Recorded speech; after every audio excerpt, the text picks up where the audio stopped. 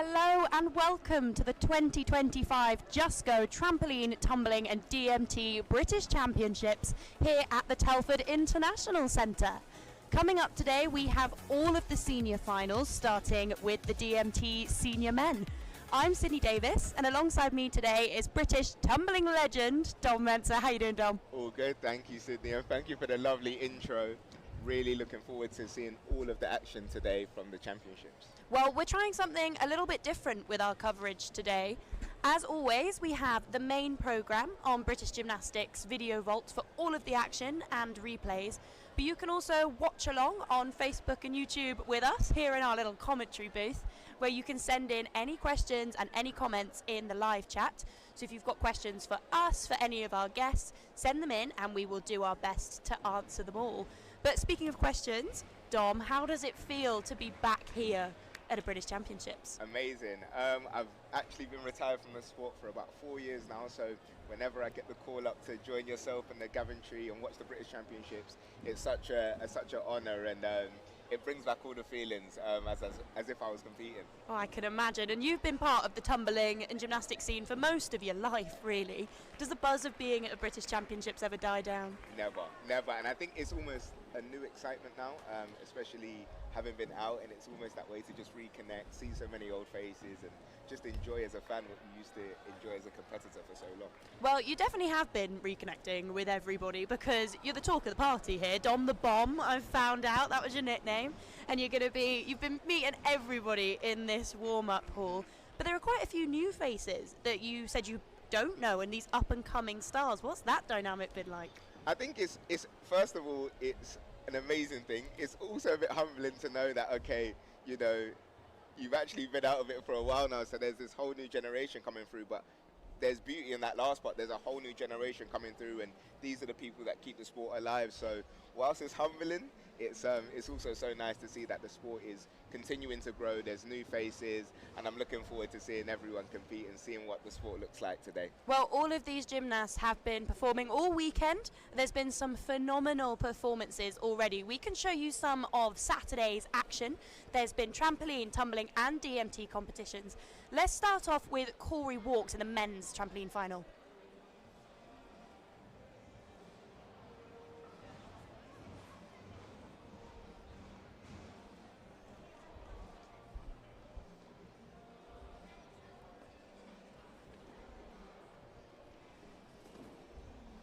Brilliant routine there from Corey, multiple drifts, excellent twists as well. And this is the gymnast that qualified with the highest score in the women's individual trampoline competition.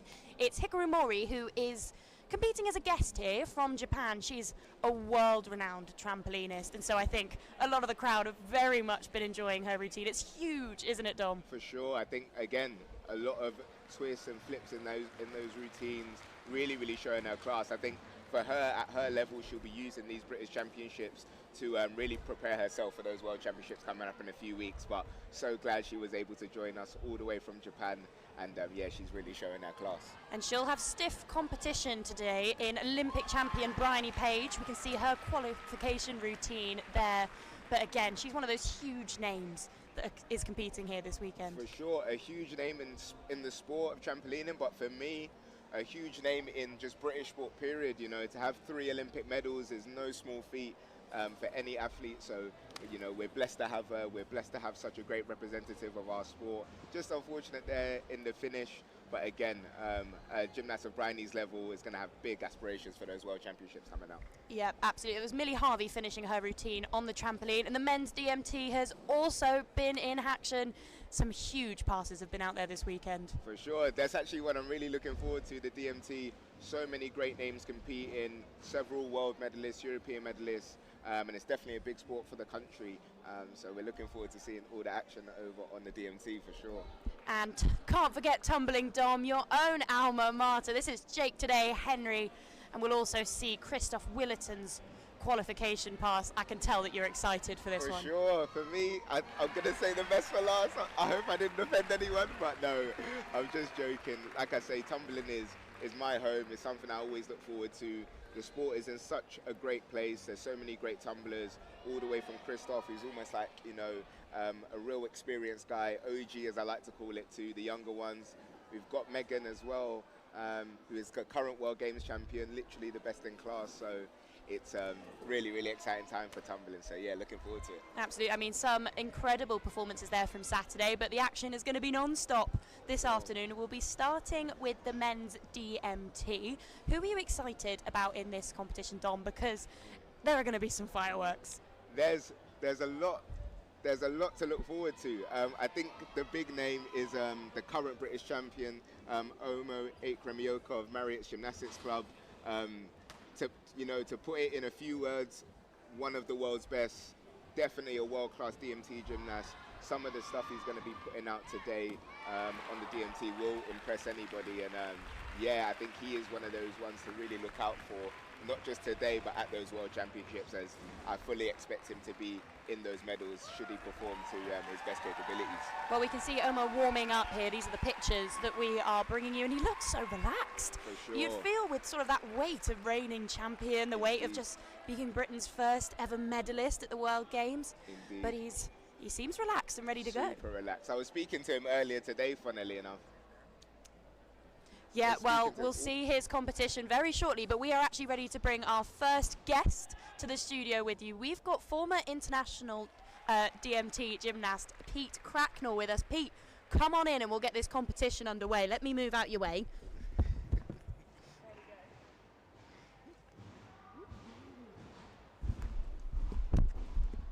Pete, thank you for joining us. I'll let you get your headphones on there. We've been mentioning that this competition is going to be very, very exciting on the DMT. Who else are you looking forward to seeing? Oh, in the men's is always exciting. There's so many different competing, but the men's are so exciting because you've got such a variety of different people pushing different types of passes. So Lewis Gosling obviously did well in qualification. He's fantastic, and we've got so much different experience. But the thing with DMT men's, I just want to make clear, is they all go for massive passes.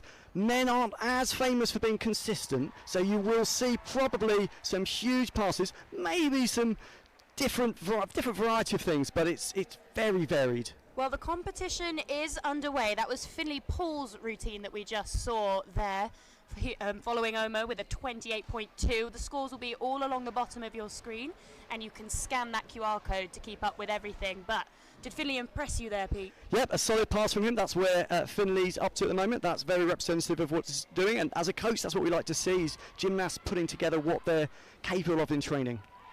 Absolutely. The competition got underway rather quickly, but some impressive scores so far. Omo scored a 28.4 in qualification, so just down 0.2, but definitely the competition is heating up. We're about to see Rhys Oliveri compete his pass.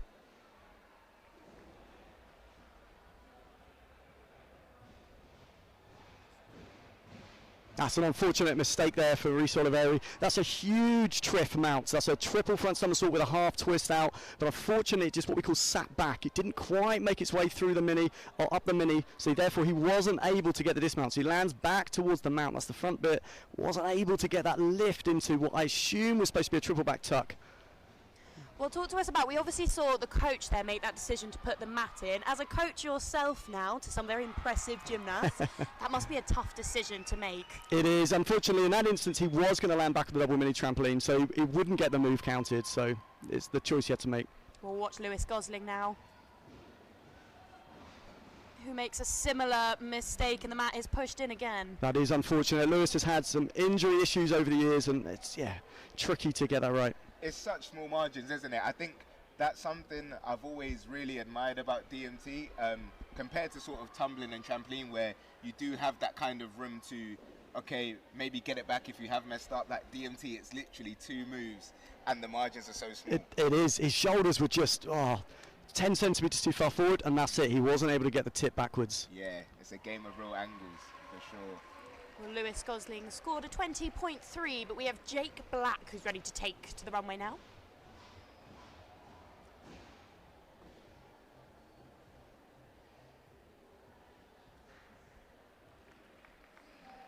That's a very strong, clean pass for Jake Black. So that's a full in, half out straight with a half in, half out straight, depending on how you think about it. Back in, full straight, but difficulty is higher with the straight position. And Jake qualified in 8th position, but of course some errors from the gymnasts in front of him should see an improvement for Jake. Yes, a reminder, this is 8 gymnasts working their way down to 4 gymnasts, so this will be close to see if he makes it in the top 4. But as you say, with the errors, it's hard to know. Absolutely. All of the gymnasts will get 1 pass before the top 4 are decided and will get their second attempt. Jake scored a 24.2, so he'll be looking to improve on that and make his way up the standings. I feel like this new code as well, Pete, we see it in tumbling as well, where the gymnasts almost have to kind of play roulette with their routines. Do you go big because you don't want to miss out on the top 4 and risk obviously messing up your routine, or do you play slightly safe, but then there's also a chance you might not do enough? It's quite the choice, isn't it? It's crazy, the strategy, it's so difficult to know. And again, as a coach, you're talking to the gymnast, trying to understand, what do you want to do? What are you aiming to achieve? Do you want to go big and roll the dice, as you say, or do you play it safe? And you never ever want to hope that someone else falls. But ultimately, if you're playing the safe game and they play the risky game, you might get through by playing safe. And I don't know what the answer is. If you ever figure it out, please tell me. It will depend on the gymnast own it and their skill set. Are they naturally a risk taker? Do they prefer just sitting back and just being really comfortable and nailing the execution? I think as much as it is down to the coach, it's also down to the gymnast and what they're comfortable with as well, right? Yeah, I love being gymnast-led. I love just letting the gymnasts, as they get older and maturer, figure out what works for them. You know, some gymnasts, that extra bit of adrenaline for a hard pass actually helps them, because that adrenaline, that push. The only thing with adrenaline DMT is you can run too fast and land in the wrong spot. Sure. You know, a bit like vault, you've got to get to that right spot. If you're again just a few centimetres out, you find yourself straight over the mini, and I won't tell you how I know. Years of experience, Pete. Well, we are still waiting for Jake's score. What might the judges be deliberating over here, Pete? Often it's the shape of the skills, but it looks straight and straight. I'll be honest, I can't actually think of that one. Well, they've made a decision. They've given him 25.7, which is an increase on his qualification score. He'll surely be pleased with that. And we're now ready to welcome Toby Williams, who's been waiting.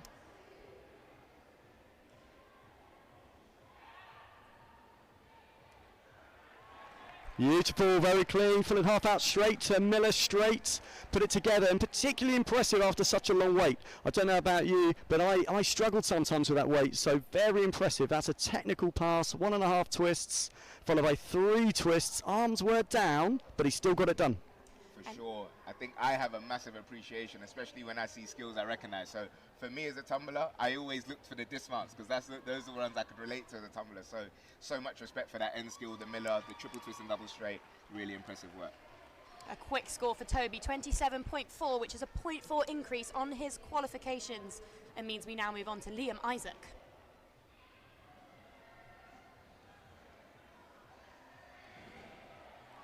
So this is interesting. So 1 twist less than the last pass, but he was in the box. So 1 twist less will be 0.8 less for difficulty, but being in the box is 0.6 more. So this is really close now. It's going to be really interesting to see how this comes out. Well, Liam knew he had to do something.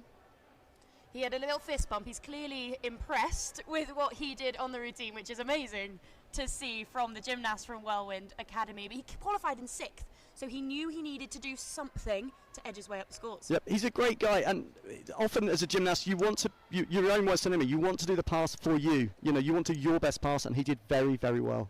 Well, we'll hope the same for Jake Westgarth here.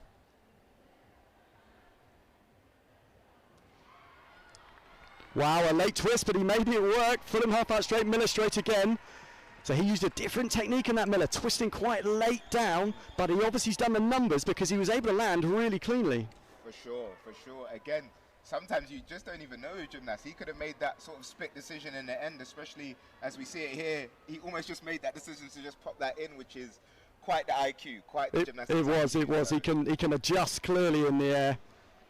Well, we did see a sort of sigh of relief from his coach there, from Apollo Gymnastics Academy. It must be nice. When James looks happy, yep. Well, Jake qualified in 3rd position, but that is all of our gymnasts in the final having completed their first pass. So the top 4 will now get to compete a second routine. So that's Omo, Jake, Toby and Liam. And they can't do the same pass that they did in that first pass, can they, Pete? Nope, so this will be a fresh start now, but yes, as you say, they do start from 0, but they must not reuse the mount or the dismount. So the skills cannot be repeated, otherwise they get 0 for it. So it's, you know, puts them out of the medal position. This is bizarre because you're now down to 4, so this is what's so cruel, is that 1 will not get a medal, and 3 will. So for Liam, who's a fantastic, moving up into seniors lately, for example, a medal might be amazing for him. It's not for me to say, but it might be amazing for him. So he might play it safe, and if someone makes a mistake, he's got himself a bronze medal at the British Championships. Absolutely, and there is only 1 point in between that top 4. It's going to be exciting, isn't it? Yes, so Omo is capable of over 30. Wow. So we've got some, we'll see. We'll see what he wants to do. Well, he performed an absolutely incredible pass at the World Games in August, where he won Britain's first ever World Games medal. He won a silver medal there, and it was the first men's individual DMT medal at any major championships, which is just huge and shows us what he's capable of. It is. He is an absolute superstar. I cannot say enough good things about him, and hopefully there's even more to come. Well, we mentioned before his first pass, he looks so relaxed. Look at him there, ready to go and potentially clinch a British title. Were you ever that relaxed, Pete? I wish I was. I wish I was. Maybe people thought I was, but I certainly wasn't. I snuck 1 in the end, but not relaxed, I can tell you. Well, he's ready for his first pass. We'll let you bring us all this action. Again, another smile, bit of chalk. Dom, you told us you were a gymnast that used a fair amount of chalk before competing. Too much, honestly, too much. But I think Omo leads it a lot more than I did. So let's have a look. Looking forward to seeing what he can bring us. So he can triff Rudy. So that's a triple front with a 1.5 twist out. He's the only person in the world to have ever done it. It's the hardest mount ever done in the world. Let's see if he puts it all out there. It's a triff bike. It's a quad back tuck. Oh my goodness. So close. That was to equal the world record. If he'd put his feet down and landed that, that would have equaled the world record. Triff pike, quad back tuck. And honestly, it was rather close, wasn't it? We're on the edge of our seats here. It was so good. He landed in the right position. He had the tuck and he just missed the landing. You can see Phil, his coach there, just, as a coach, you just want them to do it. Just put his feet down. Honestly, so close. I think for me, the most impressive part of that was making sure the mount set up the dismount so well, because for a quadruple, the set for that has to be completely perfect. It's such a big skill. So for Omo to even get to a point where all he had to do was stick his foot at the end is such a big achievement, and I think we're definitely going to see that pass executed perfectly in the coming weeks, hopefully at the World Championships. Well, it does leave the door open to the remaining gymnasts in this F2 final. Up next we have Toby Williams.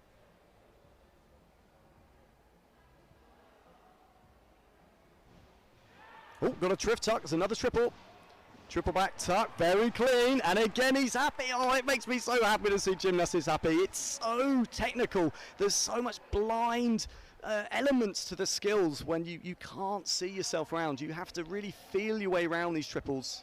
He has his head in his hands there after that routine. He seems in disbelief from what he's just competed. He does. He's capable of doing it, but under the pressure, this new F2 format, well, it's been here a little while, but this format of down to 4 means you really can get a medal for landing comfortably on your feet, especially in the men's where often risks are taken like Omo just took earlier. Well, the drama is definitely building, and Liam is added to that there with an incredible pass, but Toby's up next. Can he do it, Pete? This is Liam, actually. But yes, Liam has a good shot at doing this.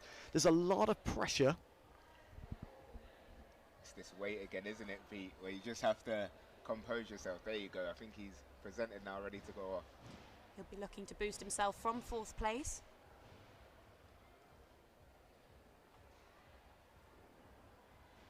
Superb, very clean.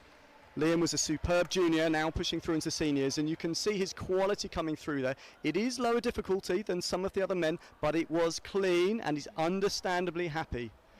You do have to play that balance between difficulty and execution, don't you, Pete? Because obviously you know with that difficulty tariff, you're going to get a big score, but actually if you can't execute it well, you can suffer. Absolutely, and sometimes as a gymnast, knowing from speaking of experience, you don't have those skills in your locker. You know, so you have to turn to competition and stay calm and confident, knowing that you don't have the huge triples yet. But I think that's the beauty of gymnastics, isn't it? Where even if you don't have everything, if you can execute, you can always be competitive. Well, Jake doing his final routine of this final here. Oh, what a landing. So that's a full Rudy, full full. It's a 2.5 twisting double straight front. That's the first one we've seen in the final here. Followed by a full full. He definitely gave it everything there. I don't think So you can say he didn't commit. He's a late twister, but he makes it work. And the benefit of straight is, remember, straight is worth more difficulty than pike and tuck. And the judges have less to take off. As long as your legs are roughly straight, there's not much the judges can take off. So a lot less margin for error, a lot less margin for deduction. So a really, really good choice there. And I think that DMT final really showed us the difference between the guys doing multiple flips, but guys also going for more of a twisting element, and how, you know, all of them are still so competitive. Really great final. Well, we do have our final standings there. It's Toby Williams from Kirklees Trampoline. Oh, apologies. It's actually Jake Westgarth from Apollo Trampoline Club who takes the title. They have a tie there, which means they'll have gone down to execution, doesn't it, Pete? yes, I can't remember. It's really embarrassing. They've changed the rules over the years. Okay. I think it's execution now, but Yeah. it did go difficult. Anyway, Jake Westgarth has definitely won.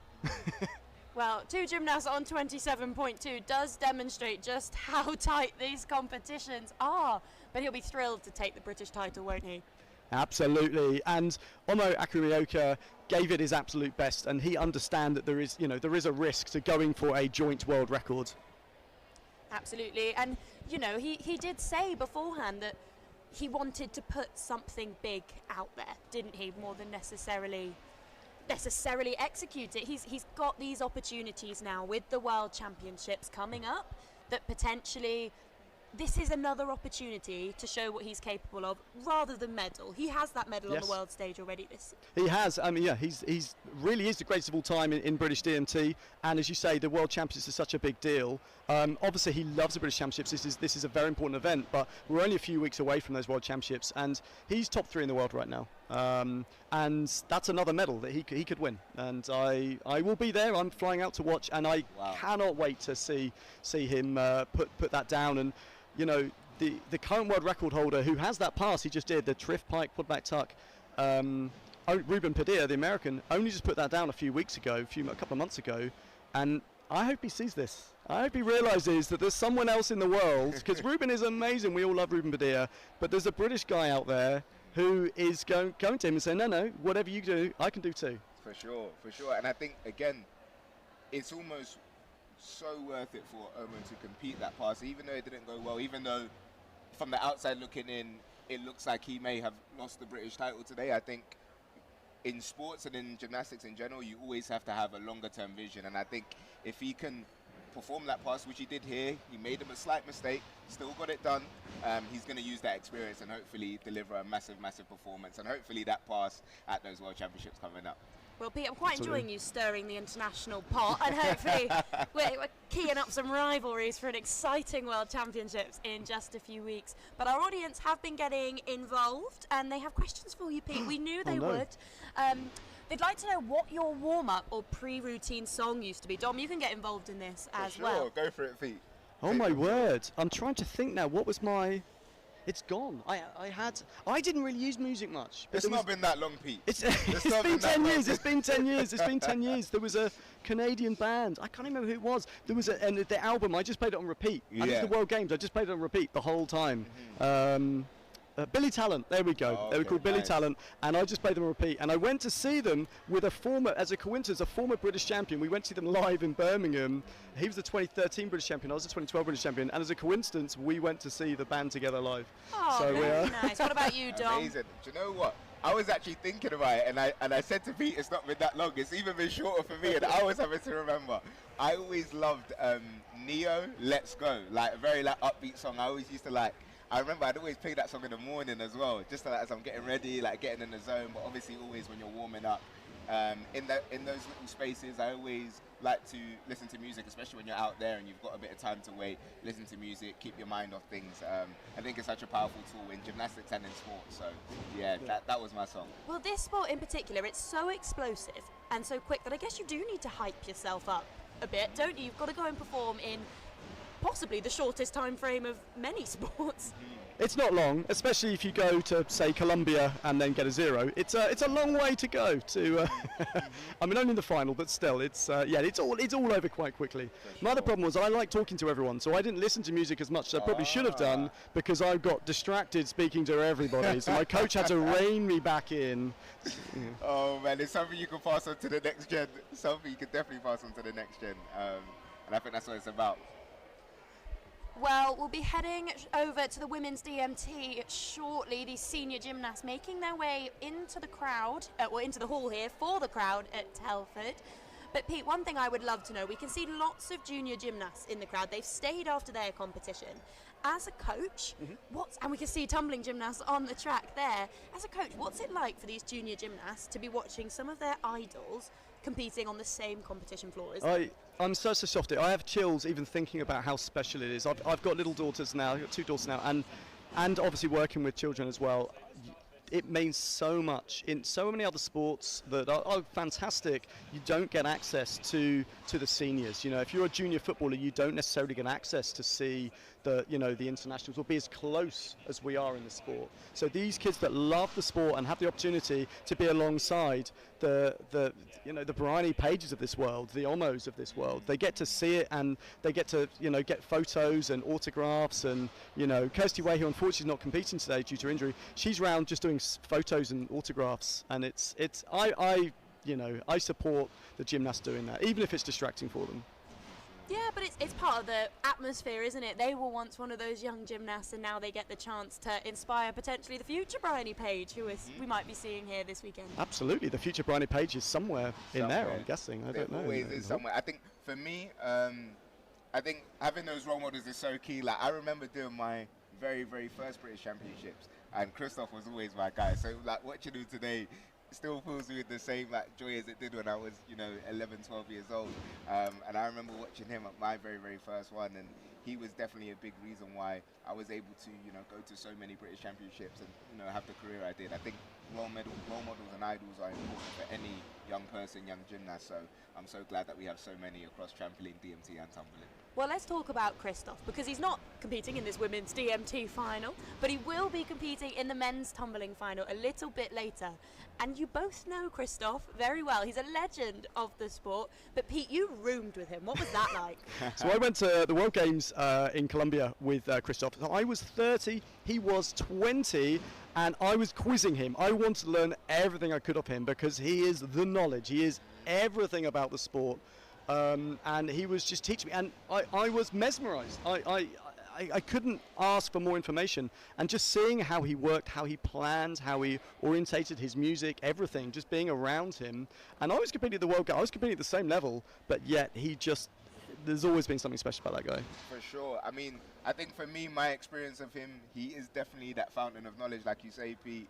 Asks him so many questions, the way he breaks down and analyzes the game much beyond just actually doing it on the track, the way he studies film, studies the history of the sport, because success leaves clues, doesn't it? So the people that really go to that level of detail, I think they really show it on the day, and he's a special, special talent, special to so many people in the tumbling world, I'm sure, especially in my generation.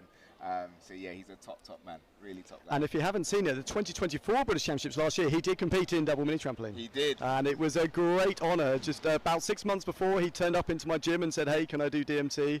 And he did one session, and I thought, okay, yeah. And then he came back, and then he came back, and then he came back, and then obviously he improved.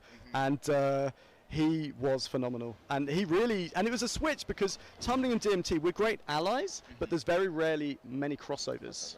So for Christoph to do at age, I think 31, to switch across and be one of the world's best in both almost immediately was just inspiring. Yes, I was his coach, but I was kind of, yep, that was great. Obviously.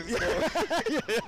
What's funny actually, the first time he ran at the mini, he almost tripped up, and I thought, this is going to be awkward. I'm going to have to school Christoph. And then the second time he did straight behind and triple back tuck, and I thought, no, I don't. No, I'll just leave him to it. You know, I just leave him to it. And that was it, really. I gave him he didn't need any advice. He knew what he was doing. He figured it out in like 10 seconds. So it was a joy. You were a good prop. You were a good spotter. You always held them back there just in case. In DMT, we always have a mat there. We always stand there. In tumbling, you don't know why, and I'm not sure why sometimes. But we stand there, and I was a prop. I like that. Yeah. Well, let's turn our attention back to DMT because the senior women are warming up in the hall. And this is going to be another exciting contest. We've got Molly McKenna, last year's reigning British champion, who qualified in second, but it was Kim Beattie who qualified in first with a 25.8, the Scottish gymnast. Pete, who are you looking forward to in this competition? So I'm old and soft these days. Kim Beattie is an inspiration. She has done things. I get teary. I actually get teary thinking about the journey Kim has gone on. She has missed out on World Championship teams. We have such a good women's team that someone of her quality has missed out, but she's always got back up. She's always come back. She has lost moves. She's had injuries. She's missed out on team selections, but she comes back with a smile on her face. She's relearnt moves. She's recovered from the injury, and she's always here doing her absolute best. And I just think so many other people have quit. I might have quit. I don't know. So many people have quit in those situations, but yet Kim is back, and she's the biggest inspiration in women's DMT. And that's as Kirsty Way's coach, sorry. Oh, wow. We hope she's not listening. But actually, I will find it amazing that Kim took 3 years away from the sport before making a return. And that, in gymnastics, is a significant period out. You often hear about people losing moves, but actually she is showing that you can come back and you can actually make your mark. This competition is ready to get underway.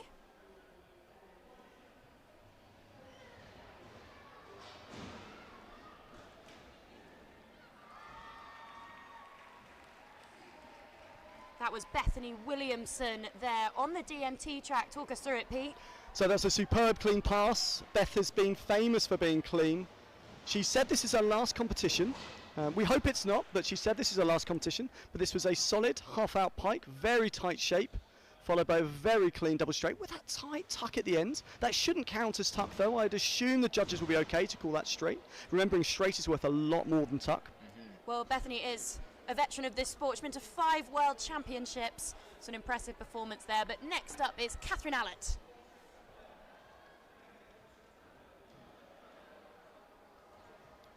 That's brilliant from Kat. So Catherine Allett had a huge injury only a year and a bit ago, absolutely huge injury, and she said her only goal was to compete again, and she's back.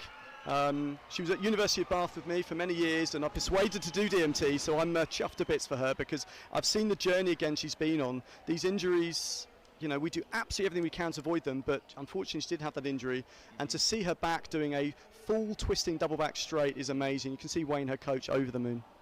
Well, she qualified in 5th place with a 24.4. We'll hope to see an improvement on that, but our next gymnast is Molly McKenna. Really good start to the competition so far.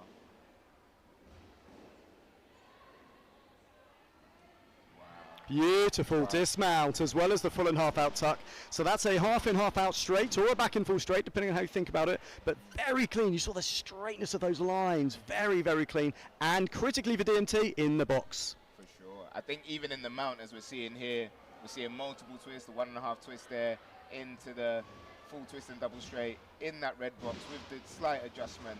A great pass, and I think showing why she's coming to really defend her title. Absolutely. These gymnasts are moving very, very swiftly. Wow, as someone with very short legs, I can say that looks a lot harder, because obviously the longer you are, the more you have to rotate. So that's very, very impressive to get a double straight round with that full twist. It's very impressive. Well, that was Holly Allfrey from the City of Edinburgh Trampoline Club. She's on the Scottish National Performance Pathway. Qualified in joint 7th, so we had 2 gymnasts in 7th with a score of 24.2. This is going to be really close to see of the 8 who get down to the 4. It is so close. The women are so consistent often in the women's finals for DMT. Next up is a gymnast from Liverpool Trampoline Gymnastics Academy, Emily Locke.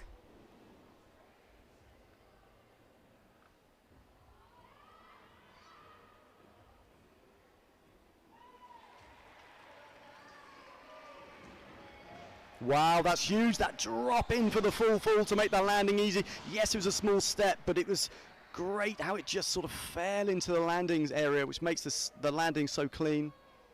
I think the first double twist and double straight we've seen so far, she's gone for the tuck half mount into the full straight. Again, one of those really difficult dismounts in the women's game. This is a really great final so far. Yeah, the difficulties have been matched generally across the board, where she's gone, as you say, with that hard difficulty in the dismount, but easier in the mount, all balancing out. Next up, we have a gymnast who's actually going to be representing Propulsion Trampolining Club. It's Eleanor Jordan.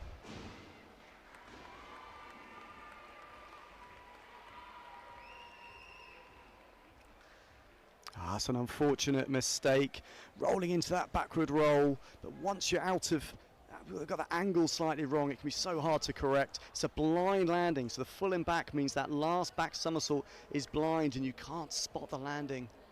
We see her coach think about putting that mat in there. It wasn't great from that mount, was it? It was a tough routine. It is tough, a rare mistake. Now, our next gymnast has already impressed me before she's even competed, because Eleanor Edwards is going to be contesting 2 finals today. She's got the DMT first before taking it up to the tramp later. Wow. So rare to see this. Wow, superb. Another full twisting double back straight. This is going to be so close. I could not guess how this is going to go. Well, Eleanor was our other gymnast in 7th place after qualification. She'll be looking to improve on a 24.2. And I think she's put herself in good stead to do that, Pete. She really has. So clean, such straight lines. And knowing you've got a trampoline final coming up as well. These gymnasts, they've been worked rather hard this weekend. You have your initial qualifications before semi-finals and then 2 passes in the final. Now Kim Beattie, someone you're looking forward to seeing, Pete. Look at that float out. Oh. Now I don't have favourites, but I'm over the moon.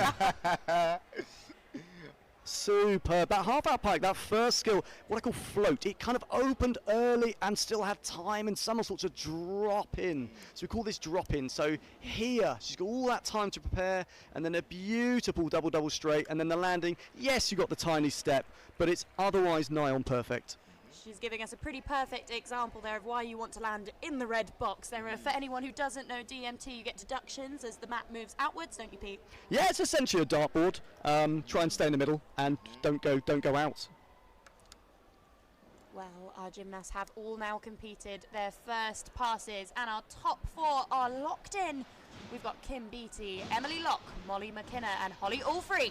I'll just point 2 for Catherine Allett out from the top 4. So that shows how close it is. 7 scores between 24.2 and 25.6. That's only 1.4 gap between 1st and 7th. That is unbelievably high quality. Again, I think in terms of if you can't see it, of course we kind of understand it just from watching it. We know the skills, but from a numerical perspective, when you see the difference between the 1st and 2nd is only that, what did you say, 1.7? Yeah, 1.4. That's it. Sorry, such a small amount. I think, if you think about that in pure numerics, you can see how close this final is and how high quality it is. I'm really looking forward to seeing the second half of it unfold. Yep, exactly. In the exact same fashion as the DMT senior men's competition, the top 4 now get a second pass. They similarly cannot do the same routine that they have done in this first flight. So we'll be looking for some new shapes and potentially a different number of twists, which would be quite exciting. Yeah, so different combinations needed, different mounts, and again, some gymnasts have used up their harder pass to get into the top 4, whereas some gymnasts have got more to go with. It's you've got this very brief period now where your top 4. We have to get the judges to sign it off, make sure it's all legit. But what are you thinking now, Pete? You've got this break of, oh gosh, I've got to go again, or are you excited? This is bizarre moment, as you say. It's kind of the nerves or the excitement. It's a bizarre position. It depends where you are. So when I was not as competitive, maybe I was kind of excited, and then if I felt the pressure of thinking, well, I might be able to win this now, or wait a minute, I might get a medal now. There's only 4 to go. Then suddenly maybe you get the nerves. So it really varies based on where you're at the time. And you can see here Molly McKenna looking nervous, but her coach Debbie is fantastic, and she looks composed. Well, the gymnasts, they don't compete in the order that they've qualified for this second flight in. They'll stick to that order, Okay. which means we will have Molly McKenna first. She's getting herself ready.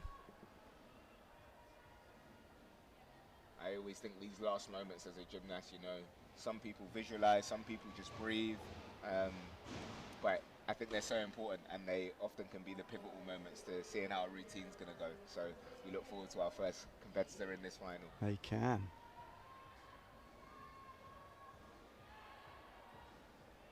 It's clean. It looked like it went a bit long, but it didn't. It's in the box. It might have stepped out of the box. We'll have to see. But that's a full pike. That's the first one we've seen today. So that's a double twisting, double back, but using the pike towards the end of the skill. So it's 0.4 lower difficulty than in the straight position, which isn't much. And Molly's still a relatively young gymnast, born in 2006, Wow. and she's already got so much bling and success to her name. Oh, she's an absolute superstar, and we're so excited to see what she can do in the coming years. Yep, she'll be one definitely eyeing up potentially a spot on that World Championships team. It's obviously too early to say. That's a headache for the selectors, especially in a competition this close.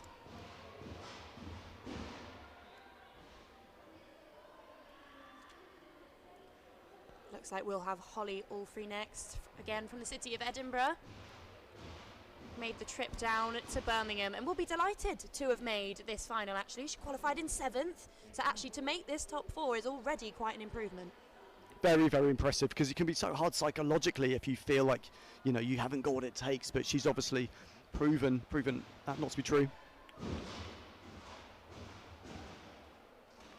Brilliant, and in the box again, this women's DMT final, the quality has been so high, being able to get that into the box. That's a full in, back out pike. That's something you know from your tumbling days, maybe. For Did sure. you do that? For sure, yes. Yes, I did in my younger days for sure, but brilliant pass there. Again, we had the full twist and double pike, as you said, landing in the box just with the step. I think that's going to put her in really, really good stead. And like you said before, Pete, you know, in a final just with 4 people, you know, you only have to beat one person to be in the medals, so she's put herself in a really good position. Well, Emily Locke is next, and she'll be looking for another spot on the podium. It was bronze last time out. Can she go 1 or 2 better today?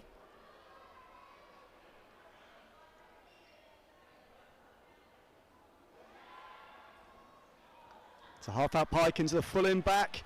It looked straight, might have run out of somersault a little bit at the end, but again, such high quality in the box yet again. Often these finals are decided by who's in the box and who's out of the box. So what's happened is they've obviously gone away, gone back to training and said, we are all going to be in the box. And this is why I'm so impressed this year. They are all in the box. I don't want commentators curse, because I know we have one more to go. We do indeed. Kim Beattie will be our final gymnast in this women's senior DMT competition. She's preparing herself now. She's got to leave it all on the runway. She's gone with a half out tuck. The full in back out straight. Is it in the box? We can't quite see. We'll have to see what the judges think of it. The box will make the difference. Absolutely, we'll have to. Pass from there from Kim, though. I think, again, going for, as we'll see here, the tuck half out mount and really lifts off into the full in straight. Did lack a little bit of somersault, like you said, with the rotation, but she's so experienced. She probably knew, but still didn't panic. She probably knew her height was enough to get around and still landed safely. That's going to post up a really good score as we get ready for the final rankings. Fantastic point. She didn't panic. Well, what a situation. We've got a tie in the first 2 spots of 24.9, but ultimately it appears it is Molly McKenna who has defended her title and will be the British champion 2025. What an outcome, Pete. What a result. Oh, I'm so happy for her. And again, all in the 24s. That's a high score. And yeah, just putting it out there, again, as Great Britain, I am so proud of us. We are doing so well in DMT at the moment. To have 24.0 to get you to 4th place is just phenomenal. We are doing so well as a country. That is great. Well, that second flight really did demonstrate those tactics you were talking about earlier, Pete, because actually all 4 of those gymnasts scored 25 in the first flight, so can do better than that second flight. but they needed to get themselves there. So they all did. Playing the game. They did. They all played the game. F1, so that's the qualification from going 8 down to 4. They all went big then, because if you're not in F2, you cannot compete. It's that simple. You can have the best F2 ever lined up, but if you don't get there, you don't get to do it. And going home, driving home, knowing you didn't get to do the pass, as sadly some other gymnasts that didn't make it into this final know, it is a cruel game. Oh, yeah. Absolutely. Dom, did you ever feel that in your competing days, that like balance of tactics and demonstrating what you're capable of? Do you know what? I actually retired before this kind of shift in the code, so it's even been really interesting for me to just watch it and think about how I would approach it, you know. I think it's funny how all of the girls kind of went for it in that first round of passes, and then they almost all kind of came back a little bit in the second.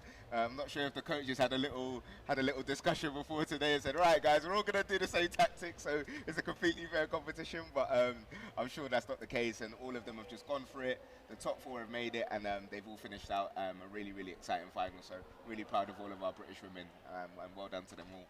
I've got to admit that I've got a junior man coach, a boy that I'm unfortunately not covering, but he's competing later, who will be doing his biggest pass in F2. So, you know, sometimes coaches make different decisions, rightly or wrongly. Well, Pete, let's talk to you about coaching. People on the live stream are very interested. What made you want to go into coaching? Obviously, a very seasoned and experienced gymnast yourself. What made you want to take that jump after retiring? I think I love the problem solving. The strategy that's come into the game now is really interesting, and ultimately I got so much joy from gymnastics generally. I used to do lots of other things, but gymnastics, all you know, from team gym to trampoline to DMT, and I just want to give that back. I do it voluntarily. I do it purely to help the gymnasts get the opportunity. I got to travel the world and all sorts as a gymnast, and helping the gymnasts get that opportunity too is so much fun. And there's so many problems to be solved. I'm a maths nerd really, so you know it's a different game for me, but it's really enjoyable. Well, Dom, let's talk about your experience with coaches as well. You reached some of the highest levels in sport, and it's fair to say you can't do it without your coach. No, for sure. And I think I have so much appreciation for Pete coming back and using all of experiences to help the younger generation. I was, you know, lucky enough to spend, you know, the last part of my career with Rob Small, who was a former world champion himself, and he would give me so much advice. And it's almost like, because I knew Rob's background in gymnastics, he really did, you know, wear the trousers, wear the leotard, and did it himself. I think it almost hits home even more, and you know, it's advice that's coming from somebody that really did it themselves. So I think a lot of our coaches, and big shout out to the coaches, do have that sort of background doing gymnastics themselves at various levels, and now they're passing it on to the next generation, and it's beautiful to see. Well, someone that you can't really get closer to than that, competing and coaching, is someone we've shown a lot of love to already this broadcast, but it's Christoph Willerton, who is still competing. As we've mentioned, he'll be up next in the senior men's tumbling finals, but he's also a coach to a number of his fellow competitors. That must be a strange dynamic. For sure. I think the amazing thing about Christoph as well is he's so open and free with his secrets that now his protege is actually a phenomenal tumbler, someone that I think has got so much potential and is already best in class at 19 years old. Fred Teague had a really, really good World Games, and I think he's going to be a massive one for the future. Really excited. Unfortunately not competing today, but I'm sure he's going to be back for those World Championships, and we're going to see him at several British Championships beyond this one. I cannot explain how impressive that is. To coach a senior, I can't remember exactly how old Fred was, maybe 10 or 11, when he started working with him, to take him all the way through to seniors, so they're both seniors on the same team. I mean, I worked with Corey Walks when he was about 8, 9, 10, but then, you know, whilst also competing and coaching, and I was quite happy with what I got to, but it was the time it took up, and the mental drain is just phenomenal. I couldn't do it anymore, you know, it was just too hard to keep going. And that was another reason I enjoyed the coaching, is when the likes of Corey Walks, who I think we're gonna meet later, when he walks into your gym and he's got a grin ear to ear, you just kind of want to work with these kids. You want to give them every opportunity. Well, as you mentioned, Fred has already had so much success. He got a World Games bronze just a few months ago and was a silver medalist here last year, but he did come into these championships carrying a little bit of an injury, which means he gave it his best shot, but he did not qualify for these finals. Christoph will be the only representative from Andover, but the gymnasts are now making their way into the hall. And Dom, we're entering your realm. into the tumbling stratosphere. Who should we be keeping an eye out for? Sorry. Honestly, I think in short, all of them are really, really great, great gymnasts. And I think, again, similar to the DMT men and women, we're going to see a real high quality final. I think Christoph, with all of his experience, even up until this point in his career, is still one of the best in Britain. But I think all of the people coming through behind him are going to give him a real battle for that British title. So really looking forward to seeing all of the guys out there today. Well, we can't wait. Pete, as you mentioned, you've got a junior gymnast, so we're going to need to let you go. You do. To get ready. But thank you so much for joining us. Your expertise has been invaluable for those DMT finals. It's been great fun. Thank you so much for having me. Well, I'm sure we'll see you back here. Us, mate. Best of luck for the junior final.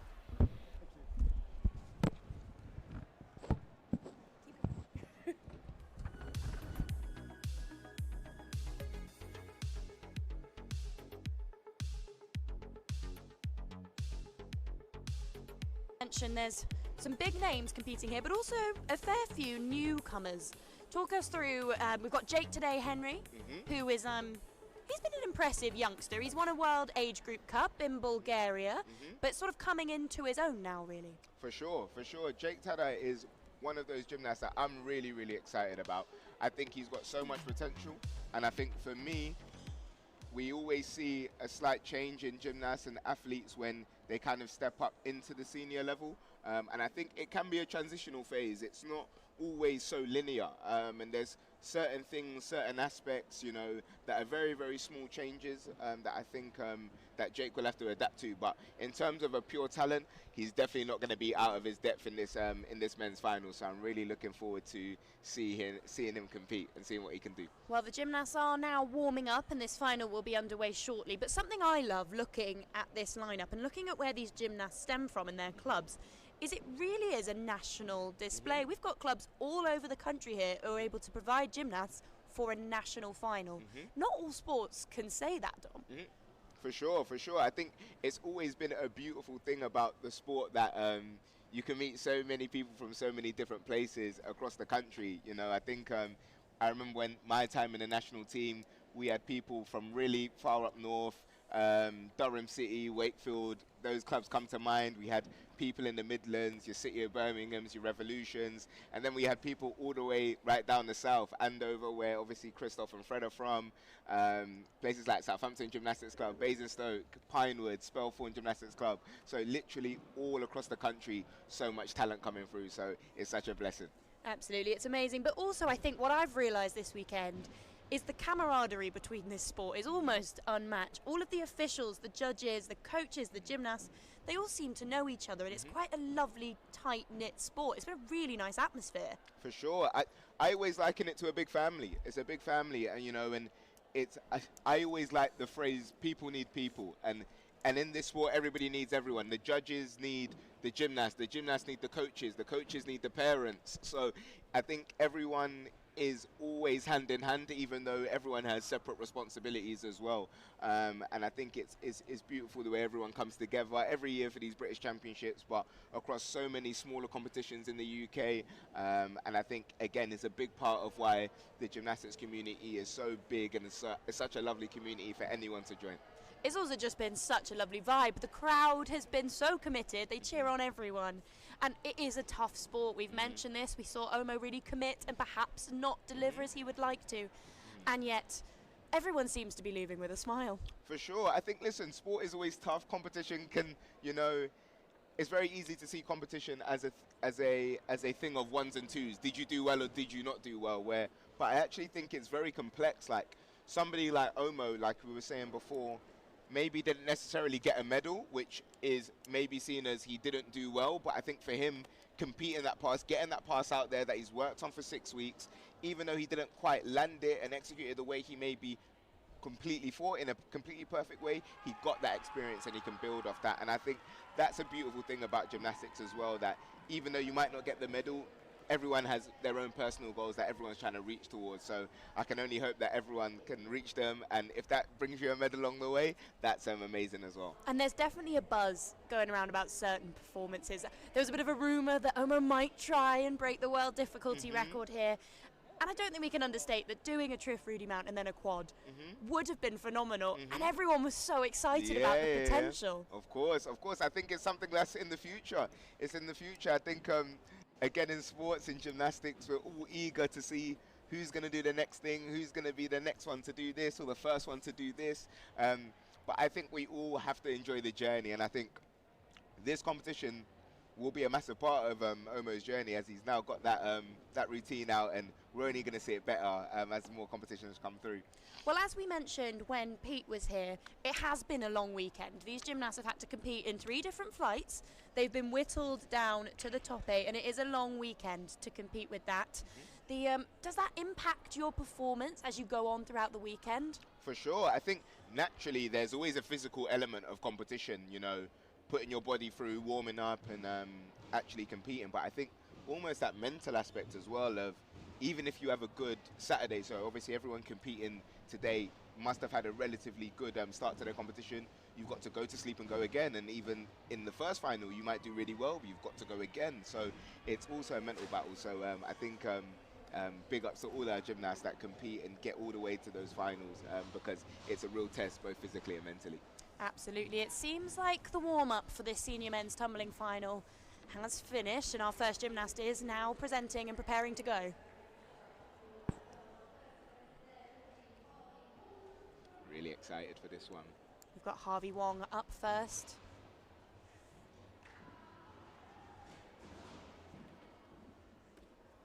Great first pass there from Harvey.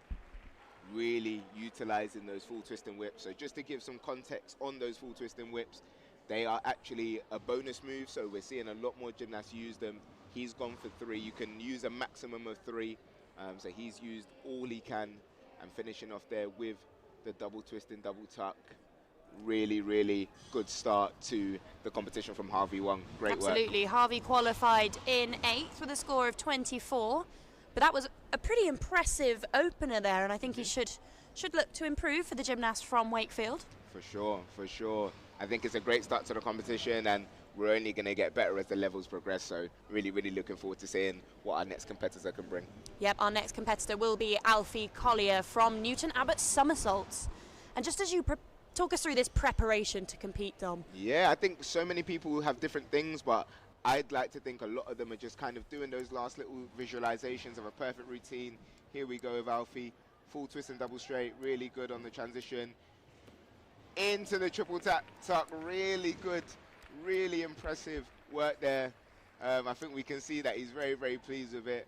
I think he really had to work hard on that ending skill to get that over, but we'll see the replay now. Really high in the full twist and double straight. Picks it up nicely with those whip backs, flick to set it up, and into the triple tuck. Really high, was lacking a little bit of rotation, but I think where he set it up so well, he was able to fit that last somersault in. Really great routine there from Alfie. Absolutely, there was very little deviation from that centre line, which is something that's quite important in tumbling. Take a 0.1 deduction anytime you go past those lines. That was impressive from Alfie. For sure, and I think even beyond the deductions from the judges, the middle of the track is actually where it's the most springy, so it is definitely in everyone's best interest, even just from a physical standpoint, to stay in that middle, as that's where you're going to get the benefits of the tracks, and there are some amazing tracks out there that allow these gymnasts to do such amazing skills. Well, that definitely helped in his triple back then, we'll claim that one. Next up will be Alexander Bell from Derbyshire Gymnastics Academy. Alexander qualified in 6th position. Looking forward to Alex. Again, he's really just got to keep himself busy in this time that the judges are just finishing off their last markings. Again, we can see him kind of going through some of the skills, doing those arm movements that he'll be doing in the air, and now he's ready to go. Absolutely, we'll be looking for an improvement on 6th place for Alexander.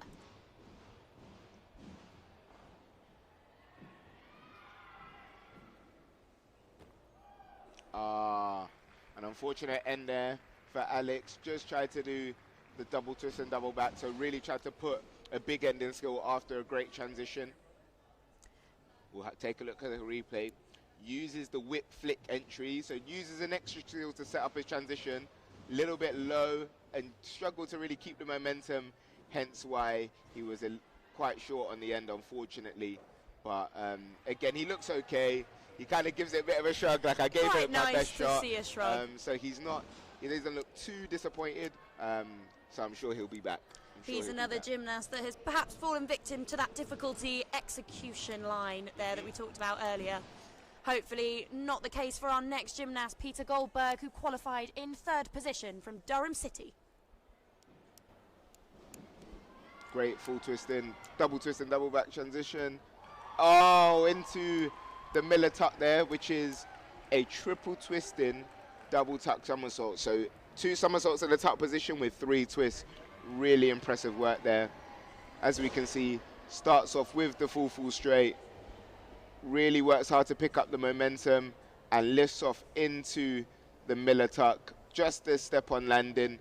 As you guys will probably notice, our landing area isn't, I said our landing area, the tumbling landing area isn't like the DMT area. We just kind of have that big yellow box, which is where we're all trying to aim to land. So most of our gymnasts are landing in that box, so they're giving themselves the best chance in terms of reducing deductions on those landings. Absolutely, that's the only thing. They won't have any penalties for taking any particular steps like the DMT moving transitions, but actually our next gymnast will be Callum Inkson, who qualified in 7th place, and he is representing Milton Keynes Gymnastics, who've had a good showing, and they're a strong club in these disciplines. For sure. I was speaking to one of the coaches today, Elliot Brown. I think they've got about 23 kids, so they've got a massive presence in these championships. Double straight transition into the double twist and double tuck. Slightly stepped out of the yellow landing area, which will be an extra deduction on top of the step, as it is really key to stay in that yellow box. But starts off here with the whip double straight, picks up the momentum nicely, and then sets up into the double twist and double tuck with the adjustment. So some room for improvement there, but a really impressive pass. And yeah, great work as we continue such a high quality final. And you mentioned momentum there, and that is something that I've noticed is so important, particularly coming out of that transition phase. Sometimes it can appear that gymnasts are perhaps stalling.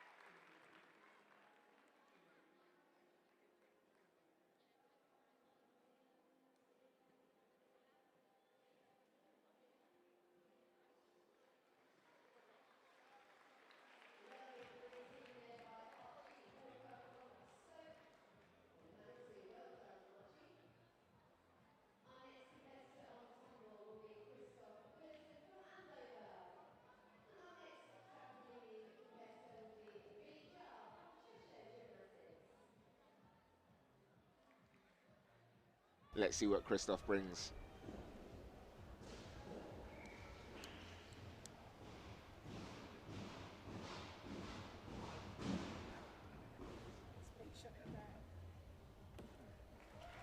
Great work there from Christoph. Again, utilizing those full twisting whips instead of the transitions, because a lot of gymnasts kind of have to make that decision between using multiple full twisting whips and transitions. Christoph's gone for the full twisting whips and is raking in those bonuses. 3 of them, and finishes off there with a Miller, the triple twisting double straight. So again, another guy that's really, really comfortable in the twists. 6 twists featuring in that routine. And yeah, that should be a really good score. Perhaps some of the tactics we talked about earlier being on display there. Christoph is a gymnast who should be fairly confident in making it into that F2 final. So knowing that he now has to display something different should he qualify gives him the opportunity to really make that easy with a different transition. For sure, for sure. I think again it really comes down to tactics and how you view your own skill set and how you view the sport. for someone like Christoph, he probably feels really comfortable in that routine and doesn't feel like he needs to do transitions. And hopefully that sees him enter the final in a good position. Oh, great work there from our next competitor, Gary Monteith. Again, he opts for the transition, but again is using a lot of twists. We'll see the replay here.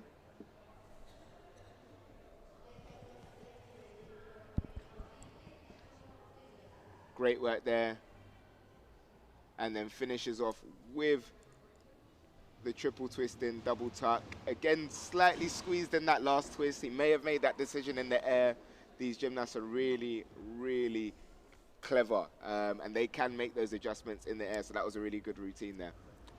Well, Gary's path did bring a conclusion to that F1 final, and we have our top 4 gymnasts. And it's actually Peter Goldberg from Durham City Gymnastics Club who's in top spot. Fair to say that he'd be fairly delighted with that. For sure, for sure. I think those top 4 gymnasts are really, really impressive. Obviously, we can see from their scores that it's really, really close at the top as well.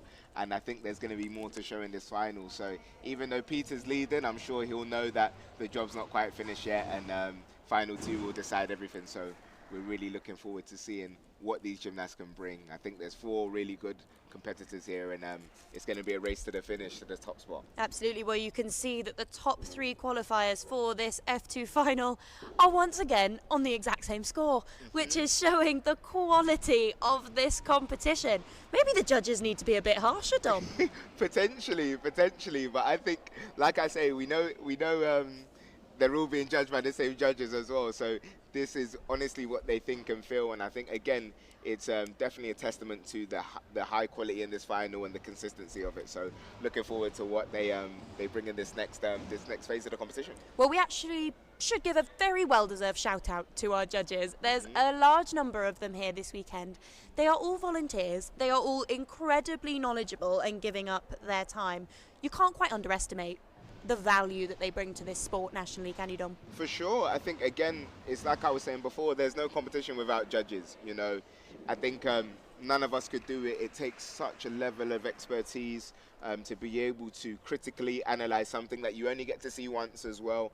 So a massive shout out. And again, like you said, Sydney, volunteering their time when they could be doing anything with their weekend to be here and be helping the sport continue to grow and flourish and give kids a chance to compete at a national championships. I have nothing but respect for them. So big up to all of our judges with us this weekend. Who wouldn't want to be in Telford this weekend, on beautiful Telford?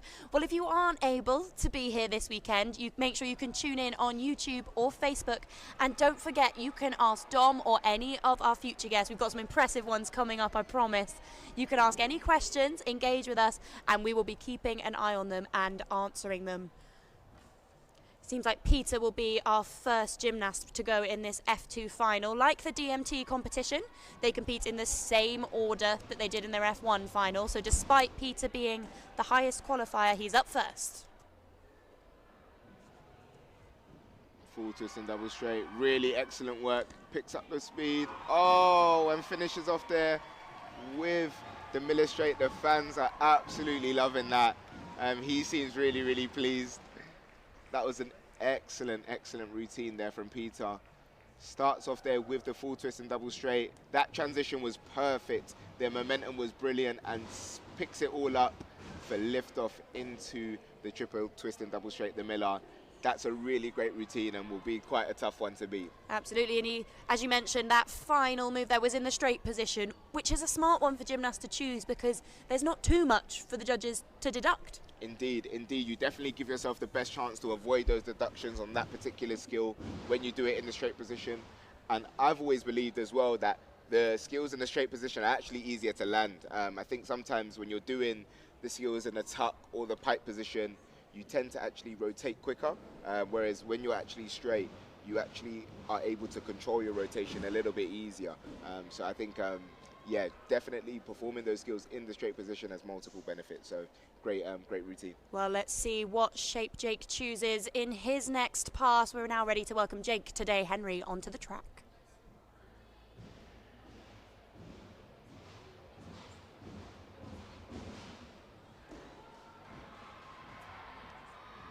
double twist and double straight to finish. And finishes off there with the Miller.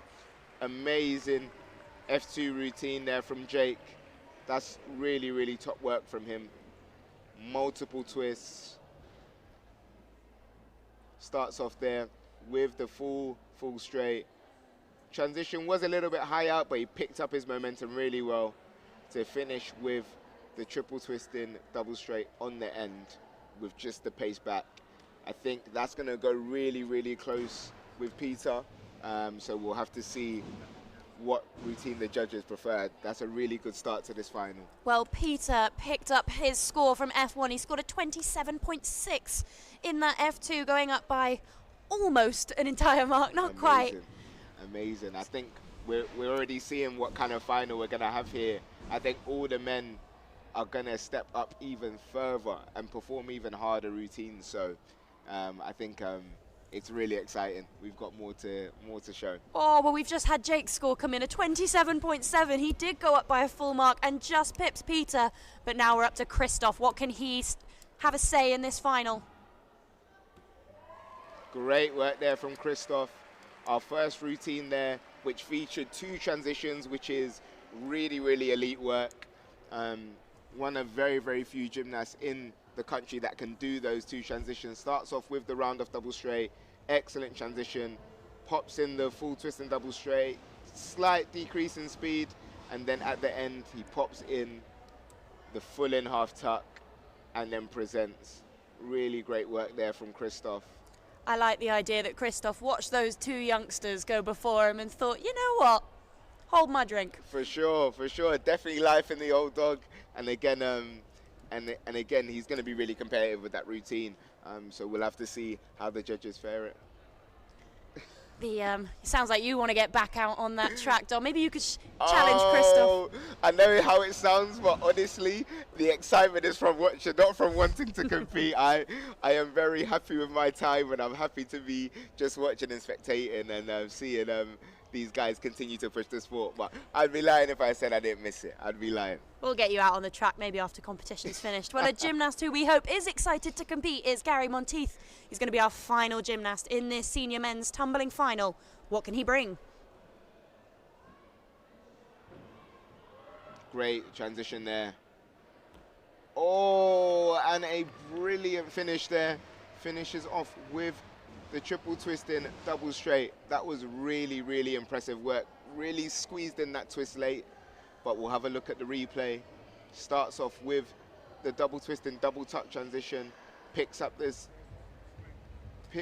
speed well, and then finishes off with that Miller, that triple twist and double straight.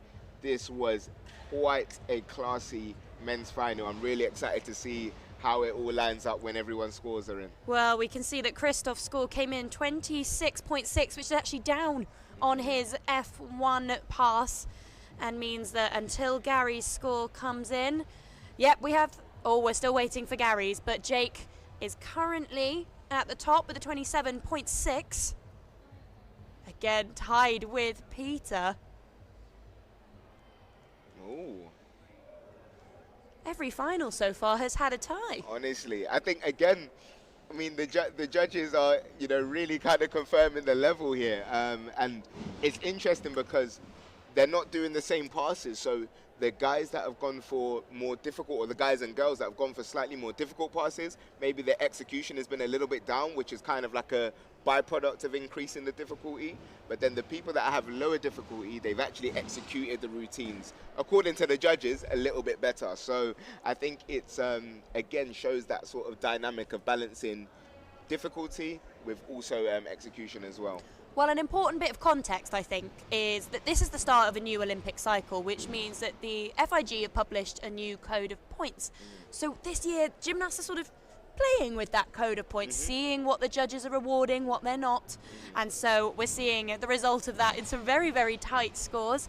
Gary's score has now come in with a 25.9. It is an improvement of 0.1 from his first pass, but he does sit in 4th place. And we have our final standings. For sure. I think, again, big shout out to all of the competitors, a real mix of youth and experience. I think a special shout out to Christoph, who, even though he has technically lost the British title for this year, he has continued to remain competitive in years beyond his first one. And I think with Christoph, again, I keep singing his praises because we never know when the last one is going to be with him. Don't say it. He has been, I know, but we have to address the athlete mortality, you know, and every athlete has a life cycle in the sport. So I think we've definitely got to be grateful. We're not sure if this will be the last one or not. We know it will come eventually. So a big shout out to Christoph for continuing to stay in this sport, and a big shout out to all the other 3 competitors in a really amazing men's final. Well, hopefully Christoph will still be happy with that bronze medal, but it is Jake today, Henry, who has pipped him to the post. He was second in qualifying. But an impressive score from the gymnast from Milton Keynes sees him take his first British title. And look at him, he's delighted there, hugging his competitors. Bit of a dance, I think. Amazing. Again, I think we were saying it before, how that transition between going from junior to senior can be difficult. But I think the classic saying in sports, especially when you're talking about younger athletes, is if you're good enough, you're old enough. And Jake is more than good enough, and I think he showed that today. So massive congratulations to our new British champion. And as someone that's been on the international scene like yourself, having impressed at a British now, what are the next steps for Jake? Because he can now break into potentially the World Championship team. You know, there would be World Games in the future, European Championships. What perhaps will he be eyeing up? I think he'll be eyeing up it all, but I think a massive part of, those first couple of years as a senior is really just enjoying the transition. I think if you can pick up those medals, those British titles like he has done today, whilst being in the process of still learning the sport, your body might be changing as well, as you know, you're becoming an adult in your own personal life aside from the sport, so your body might be changing. So I feel like it's really important to just keep enjoying the sport, but I think naturally you're always going to be eyeing up, trying to win a medal at the British, trying to make those World Championships. If you do find yourself at a World Championships, where am I sitting? How good am I? And I think that's always a really good eye-opener to where you sit in the world's elite. So I think he will naturally want to look for more, but I always say concentrate on that process and really just feel comfortable as a senior, and all of those results will follow in the years to come. Well, I'm not quite over the action yet. I was so impressed by it, and definitely some stars for the future. Let's take a look back at some of their passes, because Dom, I could feel you getting a little bit excited next to me with some of them. These 3 full twisting whips, it is so difficult and hard to understate the kind of pressure that you're putting on your body to deliver that. For sure. It's something I never competed. I competed 1 full twisting whip, but never 3 in a row. And I also never competed 2 transitions in 1 routine in my time. So I've got such a respect for both, having never have done it myself in my own career. So again, really top level tumbling. We're seeing our next competitor full straight in the middle. These are skills that some people would be happy to do on the end of a routine, let alone in the middle. So we're seeing such elite tumbling at the top end of the men's game in the country. Again, full twist and double straight, amazing transition. The momentum was great, and then finishes off with another Miller straight. Pretty much sticking the landing as well, apart from a little bit of movement in his upper half. Then we're seeing our winner, Jake today, Henry, again, really showing his class and what he can do on a big stage. And I think, again, definitely a worthy British champion, especially with this last pass. Full twisting, double straight, picking up momentum, and then finishing off with the Miller, the triple twist and double straight. So honestly, a phenomenal competition, a very worthy British champion, and congratulations to all of our competitors. Well, we are now halfway through the action of these senior finals. 3 more finals to go. Next up will be the senior women's tumbling, where it would be rude of us not to mention perhaps the biggest name in British tumbling, Megan Kealy. She just made history at the World Games out in China in August, becoming Britain's first ever World Games champion in the discipline. And the emotion when she won that title was extraordinary. She really is. She's been at the top of this sport for so long, hasn't she, Dom? For sure. I think Megan is a real living embodiment of longevity. She's still only 25, but you know, I've known her since we were about 8-9 years old, and I think even though I think the senior career is what everyone talks about, I think you've got to really give respect to the seniors that have made it that far, because they've also had to endure being a junior for 8 to 10 years, and going through that and staying in the sport through trials, tribulations, injuries, struggles. So it only increases my respect for her, knowing how much she's been through, let alone achieving those medals and making history. So big shout out to Megan, and long may it continue. Well, there's very little, if anything, that she hasn't won. She is the reigning British champion, and just how much will she want to retain that title, Dom? For sure, massively. I think, again, for our more elite competitors, it depends what their goals are for this British Championships. You know, some will be to secure that gold medal. Some will be to maybe try and experiment some things that they hope to use for those World Championships later. So it really depends on what the goals are. But whatever those goals are, I really hope she does achieve them, as I think a fit and fiery Megan is always going to be brilliant for us heading into those World Championships where we look to capture so many medals. And I think a lot of people were interested to see what kind of form she'd be coming into these championships.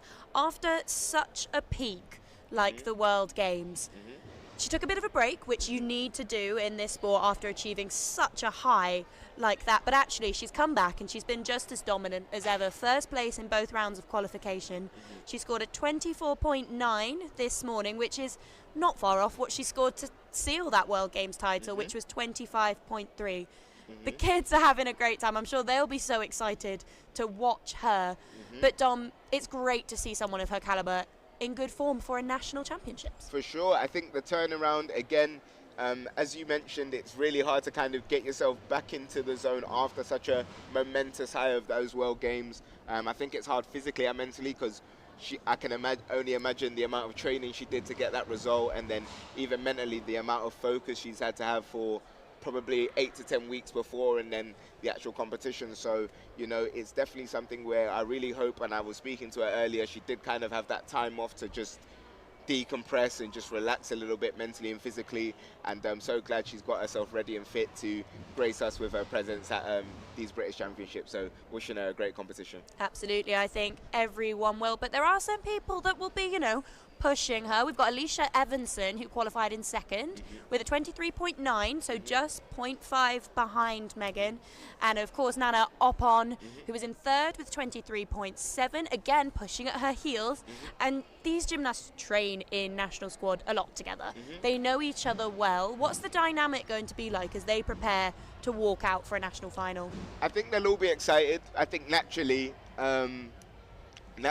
it's a competition, so you are competing against these girls, but you know, I think the longer term aim is for these girls to be a team at the World Championships, where they will be competing together and representing the country. So I think that natural competition, or that, you know, actual competition at these British Championships is a good thing, because it's naturally going to push all the girls. But you know, I'd like to think it's still fun loving. They still want everyone to do well, and may the best women win, all with that long-term view to go as the best 4 gymnasts in the country to the World Championships and really represent Great Britain and hopefully bring home some medals.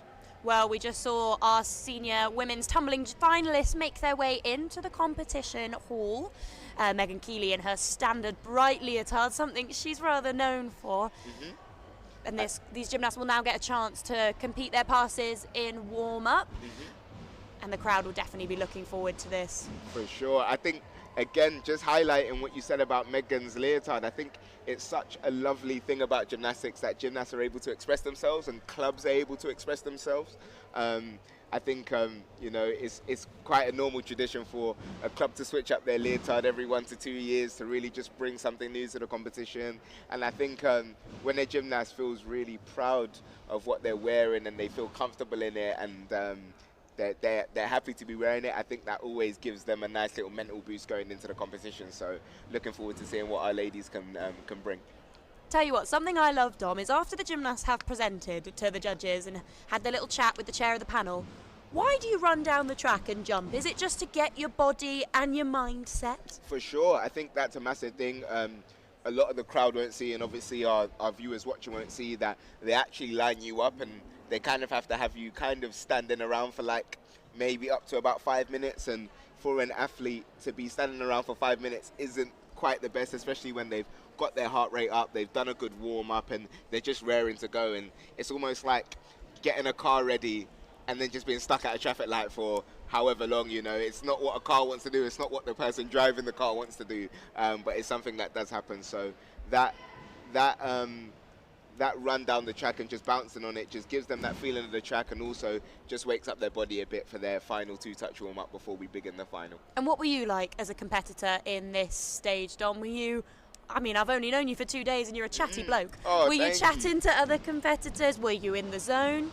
I would say very much in the zone. I think I mean, for my personal experience and aspect of tumbling, perspective of tumbling has always been, when it's time for competition, you've got to lock in and think about yourself. You know, you're the only one that's going out there to compete for yourself also. So I think it's very, very important or it was important for me anyway, to lock in. And then when the competition's done, hopefully we've all done well, we've all hit our own personal goals, and at least we've all come out safe. We can all have a chat and a laugh and a picture afterwards. So I was more reserved in those sort of final moments before a competition. That's very fair. And you have spoken to me off camera about the importance of visualization. We're going to see a number of gymnasts, having seen their semi-finals earlier today, doing that before they compete. Why is that so important? I think it's the closest thing, and it's almost like a mental soother to kind of just imagine yourself doing the routine. I do believe in the power of imagination and visualization, and I think if you can really imagine yourself doing that routine, if you've put in the work, you've warmed up well, you manage to control your nerves as well, you can actually go and perform what you're actually thinking in your head. And I think it's just another small aspect, those small 1%, that can lead to some of the best performances. And something else we should discuss is that before the gymnasts even made their way into the competition hall, likely before they even started warming up, they had to submit something called a competition card to the judges, which tells the judges what they're intending to compete, what the difficulty tariff they're intending to compete is. But of course they don't have to stick to this, do they? At what point do you make that call of, this is the pass, I'm going to compete? I mean, I think naturally most people will compete what's on the card, just because naturally for them it's easier to stick with. If you've been practicing a certain something, it's definitely a lot easier to kind of stick to a plan.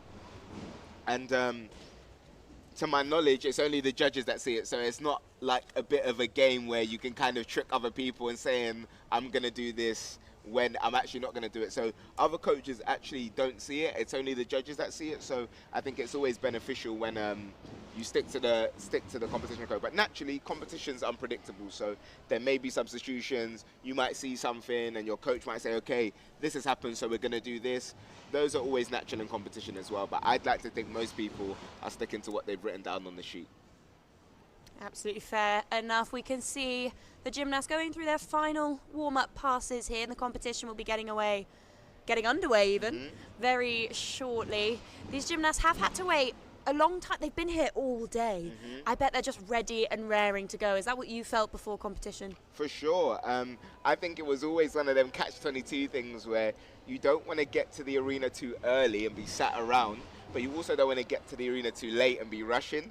So I always used to try and plan it to just have that medium, sit in the stands for a little bit, soak up the atmosphere, say good morning to people and kind of fill yourself with that serotonin, but then also give yourself time to go down to the warm-up hall, have a little chill out, a little lie down, and then start priming your body to go and perform. And I think that's always the way I kind of approached it, and it worked more often than it didn't. Well, it has been fairly busy here at the Telford International Centre this weekend. As we can see now, the stands are pretty full, but throughout most of the weekend, it's been jam-packed. What kind of impact does a crowd like that have on your performance? Can you hear them, or do you enjoy that sort of element of performing? I think a massive impact. I think sports in general, I think the audience always, affects the participants or the players or the gymnasts in this case, because they are there and it's something that's very different to training. So there's already something, you're doing the same things, but it's already a different environment. So I think those people definitely make a difference. They have been so loud, so big shout out to all of our supporters in the crowds, and I think all of our competitors will feed off that, and it will push them to deliver some of their best performances. So that's what I'm really, really hoping all the gymnasts can do, and how they can respond to such an amazing crowd. Well, we've just seen Jada Lee Jeffers complete her warm-up pass, which means that we are almost ready to get this women's senior tumbling final underway. Nearly ready. The gymnasts are just taking those last preparations, getting ready for our first one from Durham City. Yep, our first gymnast will be Evie Lovestad from Durham City. She will get this competition underway.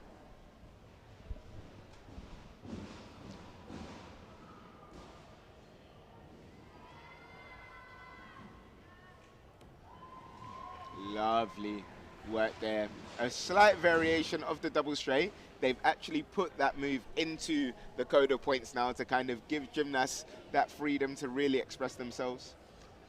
She builds up here with the whip backs. Pops in the flick to help set up the double straight variation with the kick. Really great routine there. It's great to see a gymnast using that new code of points, testing it out, seeing how the judges are going to respond to it. Evie's played a risk there, but I've enjoyed it. It's taken some guts. I think it's a great start to this final. It's a great start to this women's final, and long may it continue. I'm excited for the next competitor. Yep, our next competitor will be Alicia Evanson from Cheshire Gymnastics. She qualified in second position.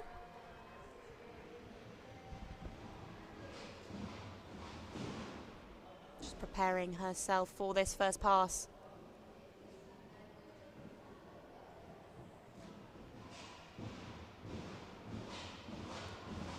Great effort there from Maisie. She did well to get that double pike round, because I think we all felt, and I think the crowd felt, that perhaps after her transition it stalled a little bit. A little bit. She did struggle to really keep up the momentum out of the double straight, but she showed real great determination to pick up this last whip flick combination and pop in a double pike. So she did really, really well there to recover it, and I think she should be pleased. Absolutely. Well, she scored a 23.9 in this morning's semi-final. But our next competitor will be Nana Oppon of Milton Keynes Gymnastics, another very decorated gymnast. She's got a World Team Champion title to her name, as well as the European title. And she's actually our silver medalist from the British Championships 2024. Let's see if she can get on the podium again.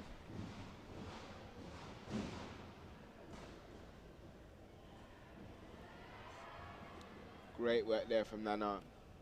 Unbelievable work.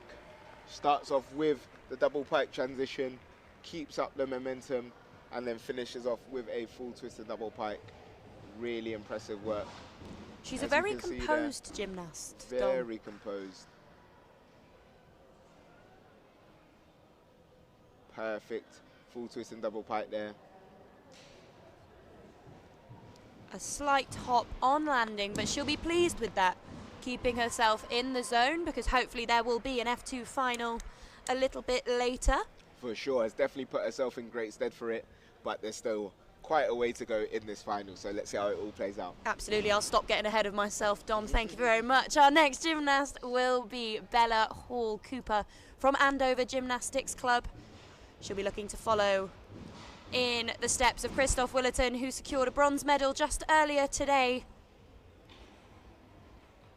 Bella qualified in 5th position for this final.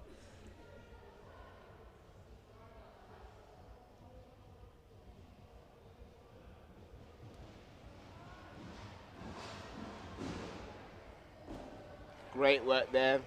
Started off with the double pike transition, worked really, really hard to continue the momentum, and then finished off with a double tuck. As we can see here, uses the whip flick to lift off into double pike. Did actually come out of the transition quite well, but she struggled to just keep that momentum into the end skill there. That double pike was really quite high as well. It really felt that she lifted into that and committed. It's a difficult position, the pike, one that judges can take a fair few execution deductions from. For sure, for sure. But I think a really good pass, again, really good level, and we'll see how it stands after these first rounders compete. Yep, next up we will have Jada Lee Jeffers, who was a crowd favourite in the semi-finals earlier. Very twisty indeed, and finishes off there with the double twist and double tuck. So she had 5 twists in that routine, using up all the available 3 full twist and whips Very impressive work there from Jada. We should see the difficulty score really high for her. As we can see, 3 full twisting whips, so very, very confident in being twisty. And then a double twisting, double tuck. Well, Really Jada, good. she really exploded onto the senior national tumbling scene. Last year, in her debut year as a senior, she took the bronze medal at these championships, and I feel like I can tell she wants another one. For sure. I think she will naturally have massive ambitions. She'll know what the competition is like amongst the women and feel she's right up there. We can already see she's in the top 8 from this first final, so much more to come from Jada today and beyond. Our next gymnast is from Aberystwyth Gymnastics Club, a Welsh club here. Got Leah Vobe.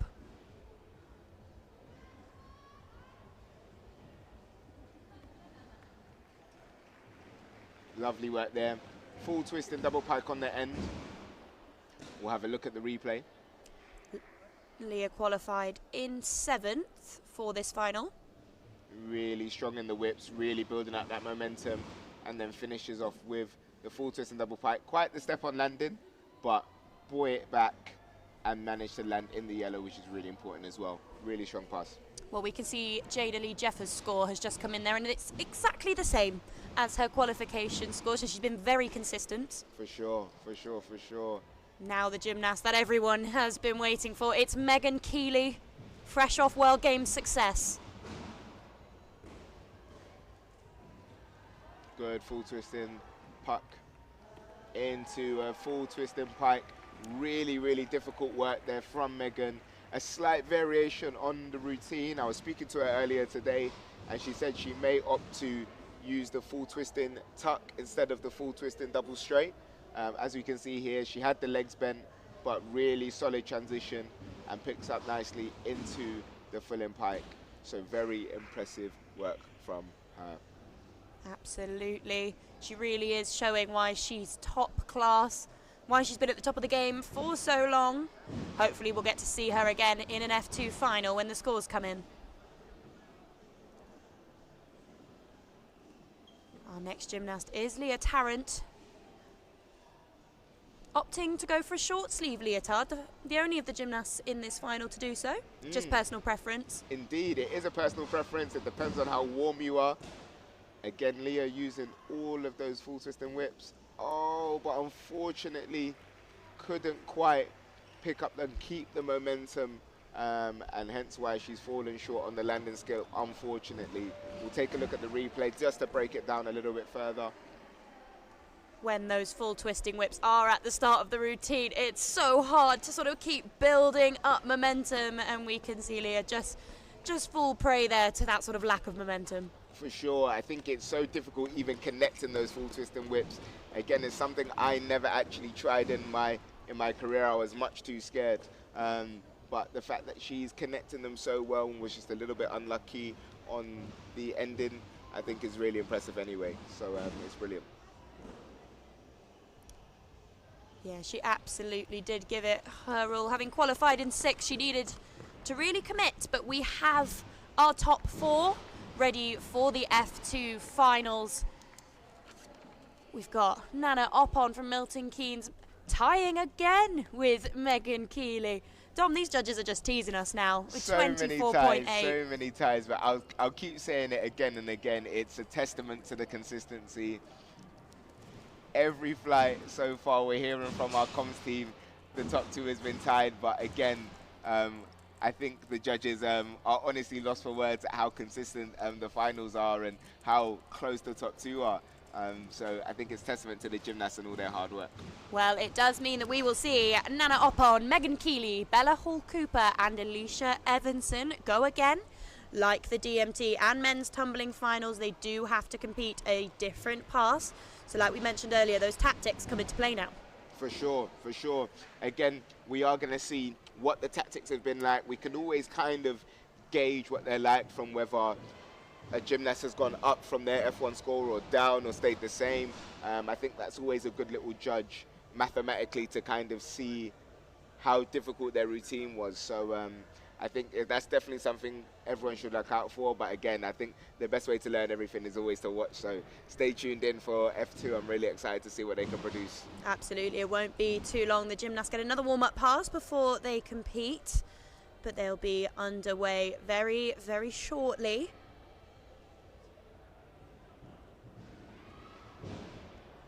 Again, we can see the gymnasts just trying to compose themselves as the standings have to be verified again by the judges. We don't want to make any mistakes here at a national championships when the standings are so high. Not only individual aspirations or titles, but world championship spots potentially on the line.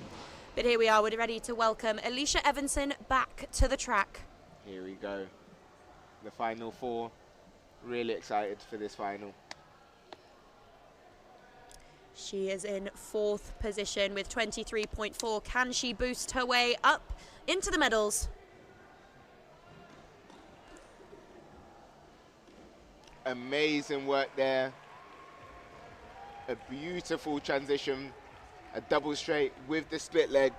That's really, really rare. She looks super, super happy. We'll take a look at this replay. Uses the whip flick to set up. Splits the leg in the double straight. Just about keeps the momentum going, was kind of close to the edge, and then finishes off with the double tuck. Her legs were a little bit bent, but I'm hoping that the judges are lenient and they give that to her as a pike. That was a really, really impressive routine. Something I love about these disciplines is that we could see Alicia celebrate there, and it's not always something you get to see in gymnastics, but there's a little bit of personality, a little bit of excitement, and it just shows just how much these performances mean to the gymnasts. Just about, just about. I think, again, the excitement factor is always so key to any sport. So I think if we can keep it exciting, keep it going with everything that's going on, I think we're going to attract more people, attract more young people to the sport. And yeah, I think it's really exciting. And these women are showing what the elite level looks like in not only the British sport, but in world sport as well. Well, one gymnast certainly capable of putting out an exciting routine is Nana Oppon. She's up next. She is our top qualifier on 24.8. Let's see if she can match it or improve it.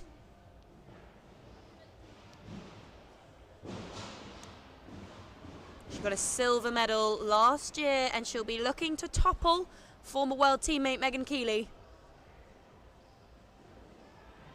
Lovely double straight transition, great momentum picked up and into the back and full straight.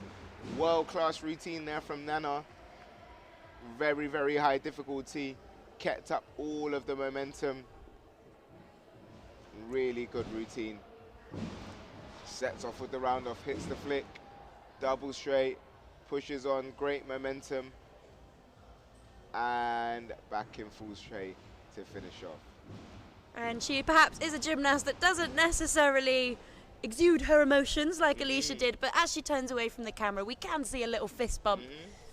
I think it's the art and the kind of style of some athletes that kind of be really serious and straight-faced, and then once the job is done, you can relax and smile again. And Nana's done her job amazingly, so I'm sure she's going to find herself in these medals, potentially even in first place. Well, now returning to the trap is Bella Hall-Cooper from Andover. Really good work there from Bella, again using those full twist and whips to kind of pile on that difficulty before finishing off with the double twist and double straight. A lovely hug with the coach Jenna. See a lovely full twist and whip. And then into the double twist and double straight. Very, very, very impressive. Another big smile and a hug with coach. We spoke with Pete about being a coach and that dynamic, but we can't underestimate just how important they are to the journey and just how much you want to celebrate with one as soon as you finish. I think it's a massive part of the sport. I think the coach and gymnast dynamic can be make and break for a gymnast because the gymnast always has to trust her coach. But here we go, Megan Kealy. Amazing work, and the stick as well. I think that might have won it and secured yet another British title. We will have to see. We'll actually break down the replay. It feels there's very little for judges to take from this pass. Honestly, brilliant pass. Sets up the double straight transition with the whip. Amazing momentum continuation, and then into the full in straight with the completely stuck landing as well. So that's going to be very minimal deductions. An amazing pass from Megan and showing why she is in a league of her own at this point. Absolutely. There's an immediate recognition of, I did that, I nailed that, as soon as she sticks that landing, which is so nice. But again, like we mentioned, the gymnasts having a great camaraderie, a great relationship. They're celebrating each other's success, because each improvement that a gymnast makes is just pushing these gymnasts, isn't it? I think it's massive. It's definitely massive. What's happening, Dom? We're looking at our scores again. It looks like we've got yet another tie. My goodness. I think, well, we do have a winner in Megan Kealy, but if we do look at the scores, it is tied. But again, a great, really classy final, and yeah, we've got yet another tie in our finals. I can't keep up with all of this. But one thing I know for sure that it is causing is a headache for selectors, because we have mentioned that these national championships are a trial for the World Championships in Spain, and I wouldn't want to be on that selection committee, because people are inevitably going to be disappointed when the scores are this tight. For sure. I think again, it would be bittersweet for somebody that, you know, can statistically compete with people that do go to the World Championships, but again, I think it's a blessing that there's such a high-level competition. There's such a wide range of, you know, across our men and our women's competition that are capable of being at that world-class level and going to a World Championship. So while there's sort of sorrow for the people that can't make it, I think as a country that are trying to win as many medals as we can, it's only positive. And I think even though the selectors have a headache, it's a good headache, as we say in sport. Yeah, definitely nice to have nice-ish to have a good headache. But it is another title to Megan Kealy's collection. At this point, I don't know where she puts them. Honestly, she must have a separate room. She has to. She has to at this point. Again, just another one to add, and yeah, long may it continue. What's even more impressive, it was a 25 there for Megan Kealy to clinch the title, and also Nana Oppon. We mustn't forget that is an incredible score, even if it does give her the silver medal. But Megan actually scored 25.3 at the World Games to clinch that title. So although 0.3 might not seem like that much, there is more than what she can perform. A stick in that routine, and yet somehow there is still improvements. Let's take a look at those top three passes and our competitors. Here is Bella Hall-Cooper from Andover. She's clinched the bronze medal. Brilliant work there from Bella with that double pack transition in that F1 to kind of see her through into the second round. Then in F2, really gets really clever with the code, sticks in that full twist and whip, and then goes for the really big finish, the double twist and double straight, much like her coach, Jenna Barrett, I believe, in that routine. I remember Jenna doing that in her time, so great stuff. Into Nana, F1 qualification, using the double pike at the start and the full twist and double pike at the end to set her up into F2. As we see here, double straight, really does well to keep the momentum going, and then finishes off with the full out straight. So really great work there from Nana. And finally, we will see the passes from our British champion 2025, Megan Kealy. So impressive. Massively impressive. Again, we have to mention it's really difficult to get yourself back into the gym after such a great win, but really performed well here. We'll break down this second routine, whip double straight, really good to keep up that momentum, and then into the full twist and double straight with the stick. That stick was so important, as if she had taken a step, the title would have been going to Nana. So I think again, that's definitely a testament to how important landings are, because that was really the difference between Megan winning a gold medal and potentially Nana being the sole British champion. Absolutely, this sport has such small margins, but hot off the press, Dom, I'm going to excite you here. Of course. Because very shortly, Megan Kealy, British champion 2025, is going to join us in our commentary booth. Wow. And of course, you can send in your questions for Megan, and we will ask them directly to her. She's going to join us to talk to us about her career, her success. So make sure you get those in the Facebook or the YouTube live chat, and we will ask them to Megan. What do you think you're going to ask her, Dom? For sure. I mean, I think get them in, because if you don't get them in, I'm going to be troubling her with all my questions, because I've got a load to ask her as well. So hopefully I'll be able to share with you guys. So please send them in, and we'll be sure to answer. Well, we'll let her have a minute with her coaches because, as we mentioned, they are so important to the journey. And then she's going to come and have a chat with us because we still have 2 finals to go. One of them including Olympic champion Bryony Page. What she has done for this sport cannot be understated, can it, Dom? Definitely not. For the sport of trampolining, for British sports in general, I think her resume and what she's achieved is so amazing. It definitely cannot be underestimated.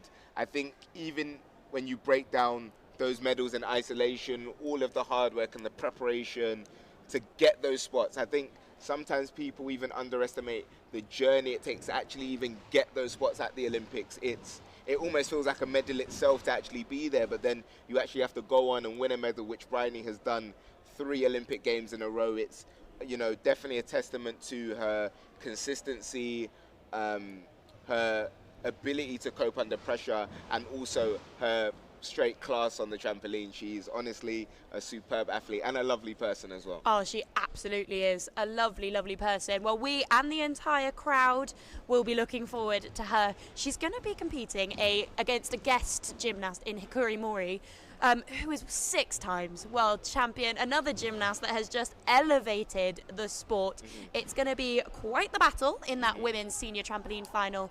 But first, we will be bringing you the men's final. And this competition has not been without its drama because 2 of the favourites, Corey Walks and Zach Pozamenos, have actually not qualified for the final, showing you just how fine the margins are. For sure. I think, listen, it's naturally gutting for us in the Daventry and the people watching at home not to see Corey and Zach in these finals. I'm sure there were, some maybe slight issues with their routines as individuals, but I think for them, they're at such a high level. They're into a new cycle now with the LA 28 games being the massive goal. So sometimes these things will happen at British Championships for them, but I think they'll both analyse, recover, and they'll both be firing come the time we are ready to welcome them back for the World Championships in a few weeks' time.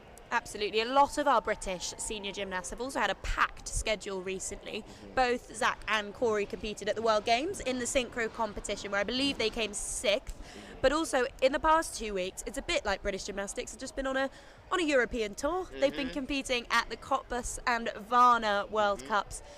And perhaps, it's been a long 3 weeks that those competitions and the success that they did see there has tired them a little bit. For sure. I always point to the mental and the physical aspect, because I think it's easy and it's very in your face to see, okay, if a gymnast is competing in various competitions, of course they're going to get tired. But I think mentally, to just keep your mind in that competition mode for weeks on end is really difficult. And again, I think the last thing I'll say is we never want to rank competitions and say this competition is more important than the other, but that naturally does happen for gymnasts and coaches. And I think it was more important for the likes of the Coreys and the Zachs of this world to go to those international competitions, be judged by the judges that are going to be at the World Championships, and see where they kind of land in that. Because again, I always like to think for those athletes especially, there's always a longer term vision. And I think if they can prep and prepare themselves to be in those medals and in those great spots at these World Championships, even if their British Championships isn't the best for them, it's worth it in the long run. Well, their absence does leave an opportunity for a number of gymnasts. Zach has been British champion for the past 2 years. Corey has been hot on his heels. They're both they have the British title as a sort of battle between them, as well as the British record, which both have broken and been incredibly close to this year. But our top qualifier in their absence is Max Middleton. He qualified in first with a score of 56.26. Trains with Zach at Liverpool Trampoline Gymnastics Academy, and having been sort of always the bridesmaid, he was 3rd place last year. He's got a real opportunity, doesn't he? For sure. I think, again, you said it perfectly, Sydney. It's a great opportunity for these other trampolinists in this final to really have a good crack at potentially becoming British champion in the absence of Corey and Zach. I think somebody like Max must get so much from training with Zach and looking up to him as a gymnast. So it'll be great to see. I'm sure Zach will be really, really pleased if his teammate can keep the British title in Liverpool for a little bit longer. Maybe he'll keep one hand on it in the training hall. Indeed. Well, whilst our gymnasts are warming up, Dom, let's chat about the fact that we can see 2 gymnasts warming up at the same time on 2 beds. That's because the gymnasts can choose which one they would like to compete on for the same set of judges. What would make a gymnast favour one particular bed over the other? I mean, putting myself in a trampoliner's shoes, I've always kind of viewed it as 2 things. You know, it could be a physical standpoint where I imagine it's very rare that 2 beds are exactly the same. So it might be a preference of, I prefer this bed over this bed, so I'm going to go for this bed. But also it might be a mental thing where some people prefer being closer to the judges, so they might opt for the trampoline that's closer, or they actually prefer the trampoline bed that's a bit further away, and they may go for that as well. So I always like to categorize it into those sort of 2 aspects, and then the trampolinists make their choices off that. And something else I love about this trampoline community is you'll be able to spot a number of different coaches of different clubs spotting a different gymnast, because the skills that these gymnasts are doing are so incredible and also dangerous, so they need that support. But any coach will step in and spot a gymnast, which is a really lovely thing in this sport. For sure. I think, listen, safety in gymnastics is always the number one, and I think these spotters provide it and are so, so important. And again, a massive shout out to anyone that spots, because we could not have competitions without spotters. You know, it literally just wouldn't be allowed. So such a big thing for those spotters to be there, just in case of any mishaps from gymnasts, but hopefully there isn't, and everyone can get through all of their routines safely. And of all of the disciplines that we've seen today, individual trampoline gymnastics is the only one in the Olympics, which means these gymnasts want a spot at LA 2028. It is the end goal, the end of this cycle, and the new code of points will influence that. And the new one that's been introduced for the 2025 to 28 cycle has really increased the difficulty for some of the spectacular backward elements, allowing sort of repetitions from earlier rounds, and just encouraging gymnasts to really throw something up there that is going to wow these crowds. For sure.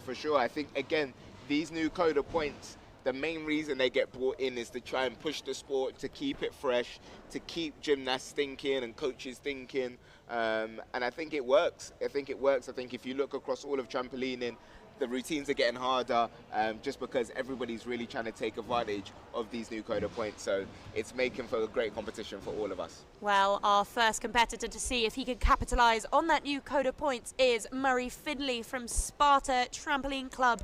He is getting ready to compete. Gymnasts have 60 seconds to start their routine, or they will incur a slight penalty. Ready to go now. Starts off with the pike calf drift, really positive start.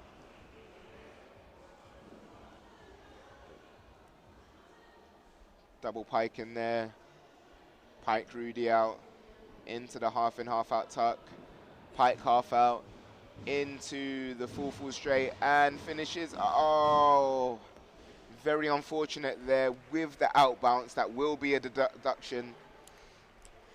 The gymnasts do have to finish the routine on the trampoline bed and refrain from kind of spilling over onto the blue pads. So there will be a deduction there, but a lot of that routine was positive. He did seem to lose the routine in, I think it was the 3rd or 4th skill. Yeah, he did seem to have a couple of singles, which is quite rare to see in the seniors. But again, we'll be disappointed on that end bit. But I will say, so the gymnasts on the trampoline have to compete 10 skills. And should you stop, touch anything outside of the trampoline bed, that is the end of your routine. So perhaps doing those singles was useful and beneficial in the end, so that he could get those extra elements after that, and the routine didn't have to end there. For sure. I think it's always, you know, a really, really key thing for any trampolinist to finish the routine. So you have to do whatever you have to do to kind of finish. So if that means bringing down your difficulty and trying to do those single somersaults, I think it's definitely worth it to finish the routine, because I think that's the most important thing for any trampolinist, to get to the end. Absolutely. Does give the judges a little bit of a headache now, as they have to sort of deal with that competition card and difficulty tariff that was submitted earlier, as there's going to be a bit of an adjustment. But they've done their maths, and he's scored a 51.66, which is slightly off his qualification score of 55.11, but gives an opportunity to our next gymnast, Joshua Bauer, of Edgebarrow Trampoline Club, who qualified in 7th. Let's see how we get on.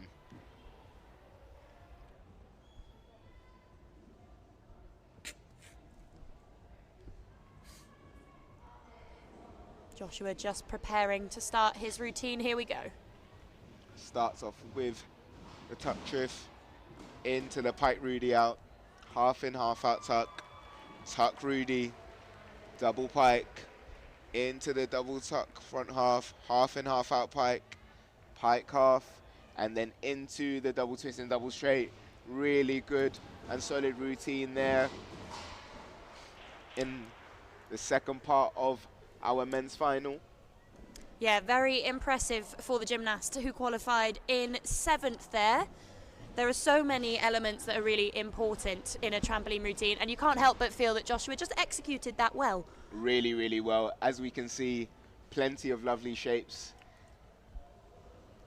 Coming to the end now, half in, half out pike. Sets up the end skill with the pike half and finishes off there with the double twist and double straight. Really good second routine of our men's final. Well done, Joshua. But whilst we wait for our next gymnast, we can welcome our very special guest into the studio. It's the new British champion in the women's tumbling. It's Megan Kealy.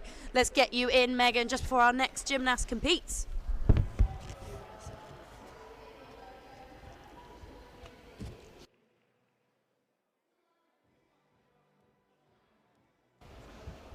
How you doing, Megs, Miss British Champion? Not too bad, how are you? All good, all good. Well, we'll kick off with what's just happened today. How was today for you? How did it go? How did you feel it went? Yeah, I feel it went pretty good. I was very happy with it, and I stuck. So I've never stuck in competition. So you did. Yeah, I'm very happy. Yeah, what was your favourite part of the competition? Was it F1 or F2? I just love the British. You just love the British? Yeah. It's always great to perform in front of a home crowd, and Theo Gundry-White is just about to do that on... Oh, how disappointing. A tough start to the routine there. She's just come off there again. In trampolining, the margins are super, super fine on these routines, so he has unfortunately failed to complete his routine. Often with, all the time with trampoline gymnasts, if you do stop, you aren't allowed to actually get back on and continue. It is the end, so it is really unfortunate there for Theo, but I'm sure he'll learn from it. Of course, Megan, you've just come off great success, but sometimes things don't go to plan, do they? And it's really important as an athlete to put that into perspective and reassess. Yeah, definitely. We all make mistakes, we're only human, and you learn from those mistakes and you come back stronger, definitely. For sure.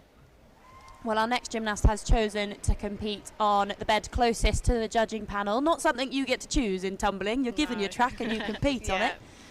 But our next gymnast will be Aidan Hare from Stoke Trampolining and Gymnastics Club.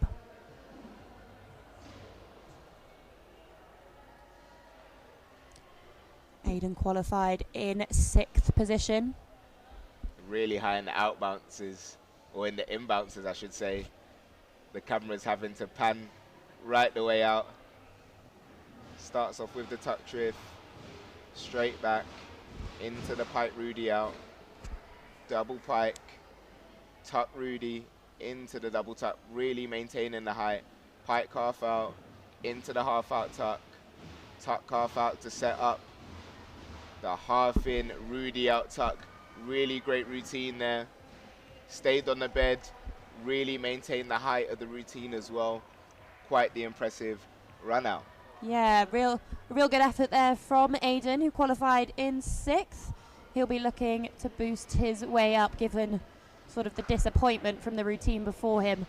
Now, Megan, of course, you're a tumbler, but have you ever tried your hand at trampolining, ever wanted to? I mean, I'm not really a fan of the trampoline. We have to do it for our end skills in tumbling. We use it as a rebound for a bit of awareness, but yeah, the height they jump, definitely not for me. I'll stick to the main floor. Well, our audience have been getting involved in the live chat, and they would like to know that if you weren't a tumbler, what sport do you think you'd be doing instead? I think I would do diving. Wow. Yeah, I think I'd try something like that. That would make sense. Lots Yeah. of transferable skills, perhaps, getting into the shapes you need Yeah. to. Well, up next we have our top qualifier, Max Middleton, looking to promote the bronze medal. He won last year, given the absence of Zach and Corey. He's got a good chance to do so.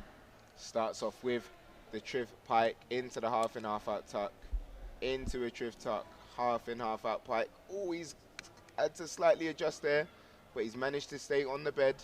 Pike Rudy out into the double pike, pike half out into the full straight. He's managed to stay on the bed, which is the most important thing.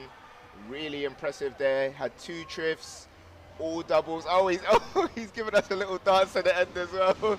He's but, definitely pleased. He seems very, very happy with that. He is fortunate. There was quite a lot of travel at the end of that routine, and as gymnasts move around the trampoline bed, they do incur deductions for anything that isn't in that central square. Slightly like what you have to deal with, Megan, on the tumble track if you have displacement from that centre line. It's so tough to sort of, you've got so many things to focus on, don't you? Yeah, you just try and focus on the routine and fight your way through it. I think he definitely pulled through there and showed a very nice routine. He's put himself in the best possible position to clinch the British title this year. Megan, what a dance. I was going to ask you a question, but I'm floored by those moves. He should maybe Strictly will come calling. Megan, what does it mean to take a British title? All of these gymnasts, we've got Josh Constable about to compete. They want this title, but you've got a few. Yeah, you've had a few, haven't you? Even the age group ones. One age group, and then this is the second senior now for me. It's definitely a big honour, isn't it? Because all the people who have come before and seeing the legacy of them. So it's always nice to win a British title. For sure. Well, let's see if Josh Constable can put his hat among the pigeons. I hope that's the right phrase. He has qualified in 4th place. This is absolutely okay. Gymnasts have 60 seconds to start their routine.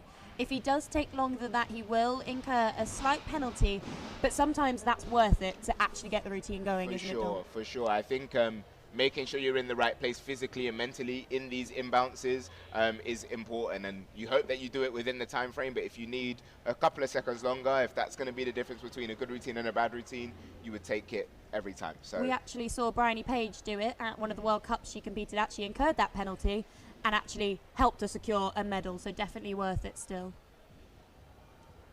Good work there. Into the middle part of the routine, double tuck there. Then we've got a pike Rudy out into the double pike, pike half out, and full straight there to finish. A little bit low on the out bounce. It kind of showed that his height was decreasing a little bit as he was kind of going through the routine, but again, made it to the end and safely through. Absolutely. There are 4 components in trampolining which are so important in getting those impressive scores, and time of flight is one of them, which perhaps Josh suffered with just towards the end there, but definitely did well to get through the routine. For sure. Really difficult routine this. Multiple double somersaults, had the trifts at the start, and then finished off with the full straight. Really working well here. Pike, double pike as we saw there. Pike half out to set up the double twisting, double straight. Well, in other great news, we can see that Max Middleton's score there is 56.77, which is an increase on what he scored in qualification. And Megan, you managed to do that as well in your competition. You boosted it up. Is that something you plan to do with your difficulty, or are you just locked in? I think you have a plan going in. Obviously, you want to get through the prelim rounds and do something that you know you can land solidly, and finals you're always trying to upgrade that little bit more and seeing what your competition's doing, and yeah. Well, let's see if Jared Smith takes your wise advice there, Megan. He qualified in 2nd and is next up. Starts off there with a huge Triffus pike, little bit of deviation, but still keeps going. Double tuck after the Triff tuck, pike Rudy into double pike, Really has to settle down now. Half in, half out pike. Double tuck, half out. Into the full straight. Safely through a negotiated, really good routine. Quite a lot of displacement around the bed, kind of forwards and backwards. Sometimes gymnasts can go forwards and backwards or side to side, but obviously all of it is kind of unideal. But again, the most important thing is always finishing a routine, which he did, so well done to him. Yep, he's another gymnast who's through his routine. He actually trains at Pool Gymnastics, which is where Bryony Page and Izzy Songhurst train. Megan, what kind of influence does training partners and people at your own gym have on sort of your performance? Is it, because it is an individual sport, but actually the community is so important? Yeah, definitely to lean on the people around you. When I was growing up, my role model was always Lucy Colbeck, so I suppose I am that person in the gym for the little ones, and when they're having a tough day, it's just giving them that word of advice that they can do it even when you're tired, and it will pay off in the end. That's massive. Our next gymnast will be Kian Terry from Jumpers Trampoline Club, qualified in 5th place.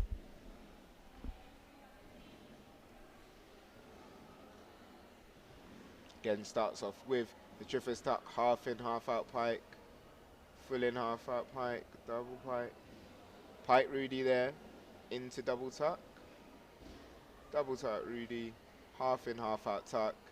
Pike half out. Into a full straight to finish. Another safely negotiated routine. Started off really difficult there with the triff. Plenty of twists, plenty of double somersaults. And yeah, another great routine to add to this final. Absolutely. Megan, while we wait for that score, let's go back to what you just said there about being a role model, because it must feel a little bit like, you know, a real responsibility. There are so many young gymnasts here this weekend. I bet you've been hounded for autographs and photos. Yeah, a few photos here and there, but I suppose it's not something you go into sport thinking that you'll become, and you just, like, I'm always myself and I won't change, and I just want people to remember me for my gymnastics, and the next generation coming through is incredible, really. You can see it coming through, the level is coming up, and I don't know, just... Yeah. It is crazy. Like, I even say to myself now, I look at the younger generation competing now, and I think to when we were the same age competing, what they're doing compared to what we're doing is, honestly, they've taken up the level even higher, right? Yeah, most definitely. Most definitely. Yeah. Well, speaking of impressive performances, we've got the leaderboard in front of us now, and it is Max Middleton. Oh my gosh, there's another tie. Dom, I think the judges are playing with us. Honestly, again, I'll keep referring to it. I want to put it all on the gymnasts and say it's such a high level of competition. That's why we're seeing so many draws. But honestly, it would help if the judges gave us a little bit of margin between people. Well done to all of our senior men then. Max Middleton taking the title. But Megan, you also just had a tie out on the tumble track. How Did we? You did. Oh, that's what we You heard. actually did. Megan was only concerned about the position. She saw number one. It's a strange dynamic to have to deal with when that happens, I imagine. Yeah, but it happens. If you have the same difficulty as someone and the same E-score, it's just, I guess it now goes back to prelims, doesn't it? So, yeah. I think you had that rare scenario where you and Nana did do the exact same routine, so you very much did have the exact same score in terms of difficulty and execution, but it did go back to the prelims and you were rewarded for winning yesterday, so that's must be really satisfying for you. Well, talk us through these moments, Megan. Is this the first time you've seen it? Yes, the first run for me, we were just playing safe today, and I was going to do an upgrade here with the full in half, but I just felt it wasn't rotating as much as I thought, and just chose to go a bit simpler today. Yeah. So, yeah, it paid off. You've got a really small time, like you just said there, like that was the plan, and you kind of did the transition, and whilst you're literally in the midst of split seconds doing it, you kind of made that decision to bring it down, have a really good landing, and you've come out with a great result anyway. Yeah, no, definitely. I just changed from the half and just made a smart choice. Yeah. So Oh, we can see you meeting your family there. That must be a nice moment. So that's actually Holly Goodwin from Juniors, Mum and Dad. They've always been big supporters of mine. So, yeah, it was very nice to spend some time with them as well. So, yeah. Well, Megan, when you won your title, we asked a little question of where do you keep everything that you've won? Because the collection must be pretty large now. All my junior medals are on frames on the wall. Wow, lovely. And my senior world and European medals are on a shelf in my room. When people come round, you have to be like, this is my collection, or is it something I'm trying that to stays? convince my dad that he can build me a shelf somewhere else, so I don't have to have it in my room. Let's put it on the waves. Megan's dad, we want a shelf. We want the shelf. It's time. It's time. Yeah, I think so. And of all of these titles you won, you know, there's been so many now, world titles, national titles. Are there any that particularly stand out to you, that are particularly meaningful? I think the World Games title.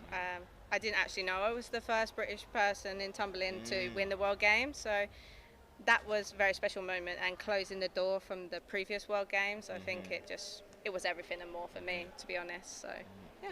Talk to us about that, because that was a real redemption story, kind of like, 4 years in the making. I know after the first one where, I believe you were injured, right? So you didn't actually get to compete, kind of resetting yourself for another 4 years. And I know this was always the long-term aim for you. That must have been really challenging at times mentally, like, because it's 4 years where you have to really stay the course, right?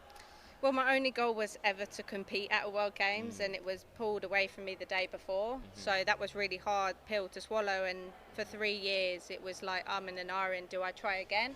It's normally a once in a career kind of thing, World Games, like an Olympics, but for tumbling. And it was definitely a really hard decision to make. And when I made the decision at the start of the year, I gave it everything. And I actually would say that was the best I looked. Would probably, in my tumbling, was at the start of the year. I'd probably say I was more prepared there than I was at the World Games. But I wanted to soak up every moment of the World Games, and it was actually a hard build up for me, and my coaches definitely pulled me through that, and I was like eternally grateful that they were there to support me through it all. So. Well, we saw your reaction with your coach after you won. It was a beautiful, beautiful moment, an absolutely huge hug.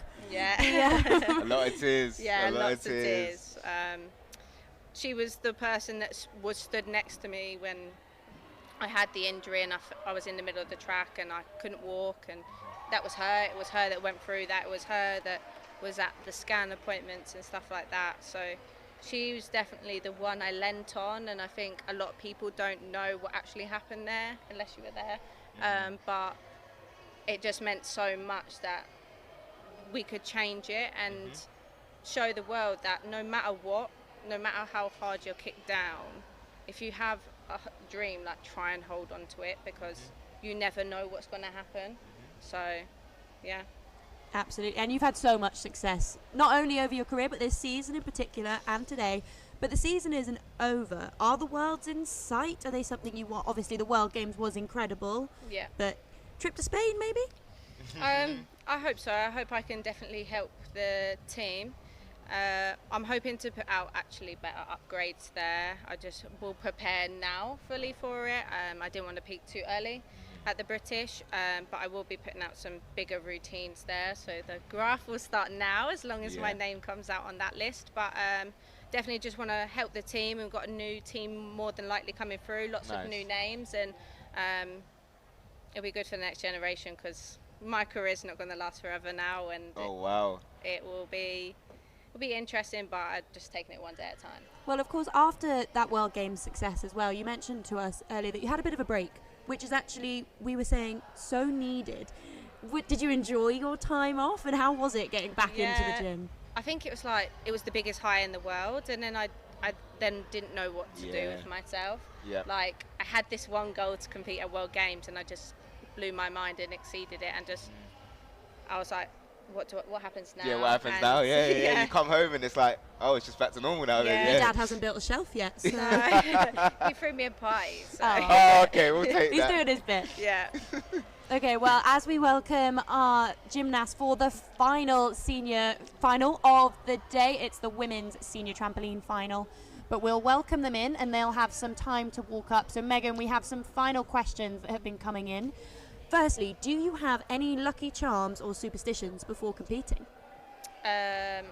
Actually, all the past for the World Games build-up, my coach bought me a lucky duck, but I actually left it at home this weekend, so I didn't need it. But when I compete, I always tap my feet 4 times with the chalk. It's always 4, and I have a clip.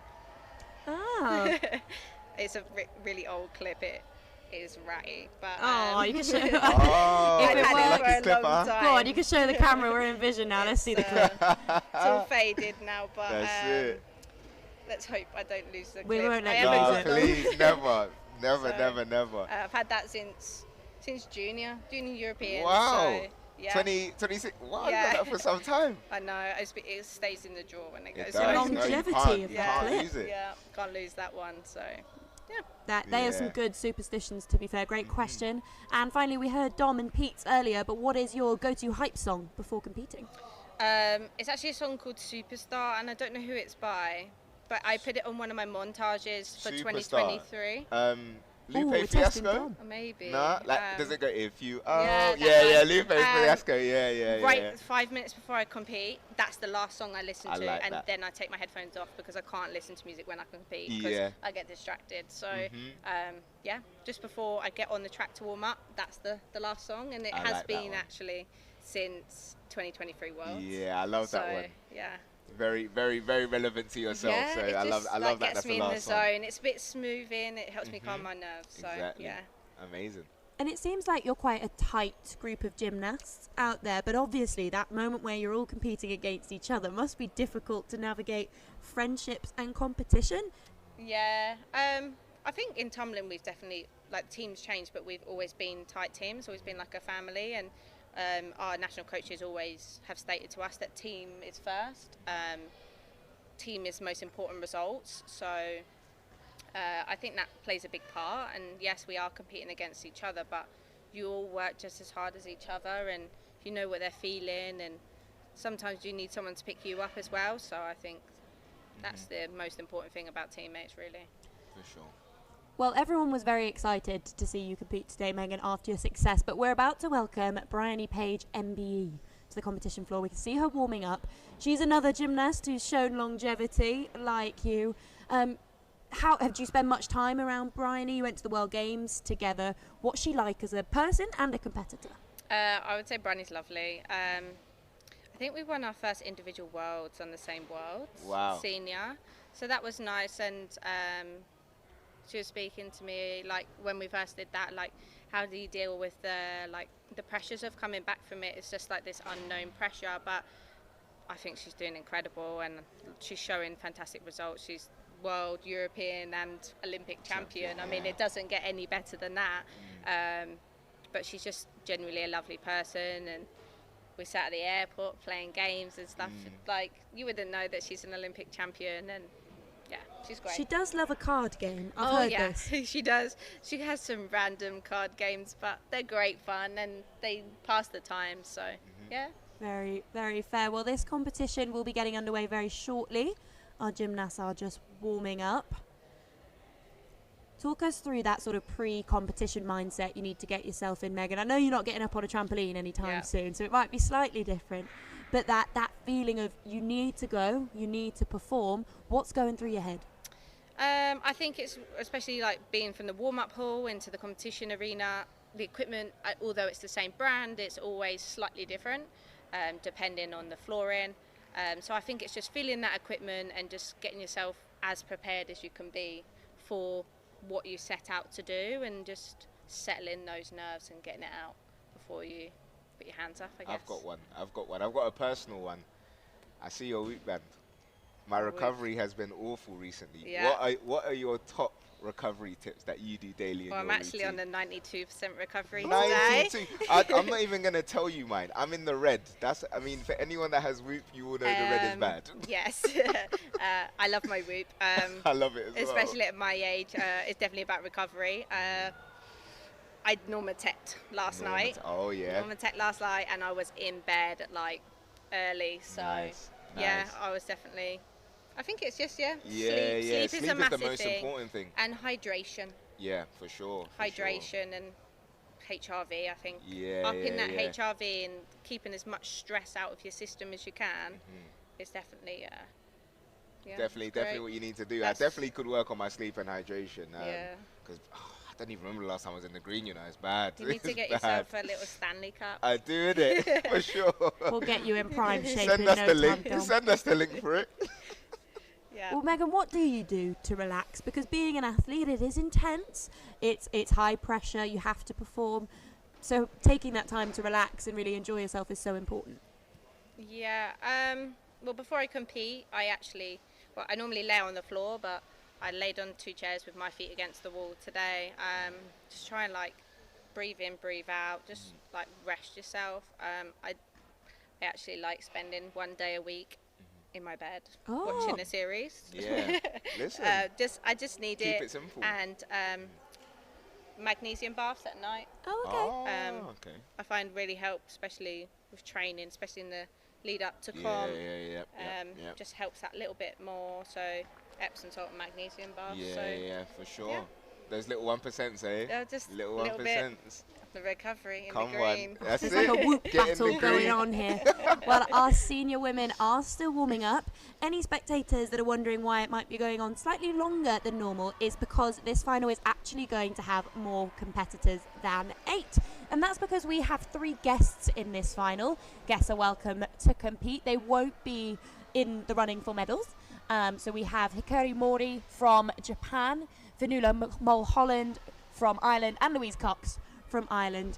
And it's always exciting to get some new faces, isn't it, Dom? For sure, for sure. I think it's really lovely that the British Championships kind of opens its arms up to people that aren't British to come and join us. I think the girls that are going to compete in this final are really going to help push the women. And yeah, it just makes for a really inclusive and high-level community and competition. So it's always amazing to have guests. And we're ready to welcome our first one onto the bed now with Hikari Mori. She is a 6 times world champion. She trains at pool with Bryony Page. And there's going to be some fireworks in this competition.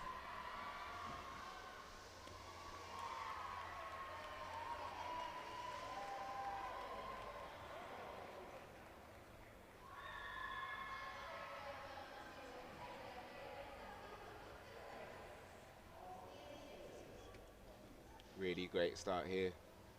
Double pike, kick out into the full and half out pike. Lots of really high level skills. Into the pike, Rudy out, and into, ooh, I think that was a full straight on the end, but it might have been a miller. I think it was a full straight. Really, really great start to this competition. Absolutely. She was the highest qualifier with a 57.58, and it is a gymnast that's really suited to this new code of points because you get a bonus for doing 3 triples, and she's one of the few gymnasts, as is Bryony Page, who can do that. For sure. Really elite level trampoline in here. We see the height being maintained, the lines are so clean, there's kickouts on pretty much every skill. Really impressive work. And as we mentioned, she won't be eligible for medals, but this is an incredibly useful opportunity for her with those World Championships just around the corner. She will certainly be a contender. Now our next gymnast is in contention for the medals. It's Millie Harvey from Pool Gymnastics and Trampolining Club. Trains with Bryony Page and actually qualified in 2nd for this final with a 50.92. We'll see her get her routine underway shortly.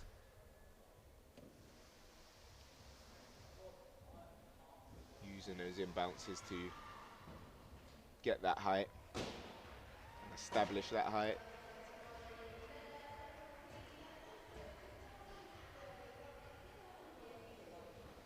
Full in half out pike to finish, half in half out pike to start, sorry.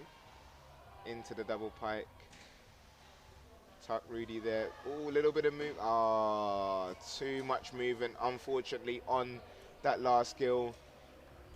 That It is an incomplete routine. Yeah, that is disappointing for Millie.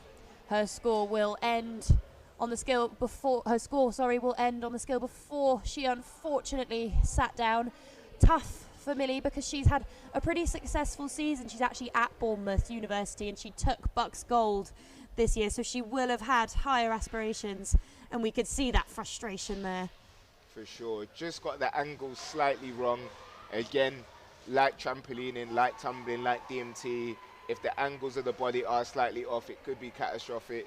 And unfortunately it has been, but I'm sure she'll learn from it. She'll go back, she'll watch, and then come back stronger. I think, Megan, I'm not sure about you, whenever you've maybe not done so well in competition, what do you kind of do to kind of, you know, really look back and make sure you can get yourself in a better place for your next one? I think, yeah, it's just focusing on those goals that you have for yourself. And it's okay to make a mistake. Like, you are human, and we all make mistakes. You can come back from them, and they only make you stronger, I would say. For sure. Well, let's get ready to welcome British gymnastics legend. She's written her name into the history books with 3 Olympic medals and most recently an Olympic title. It's Bryony Page, MBE. She will be targeting Hikaru's score even if she's not in contention for the medals. Let's see what she can put out there.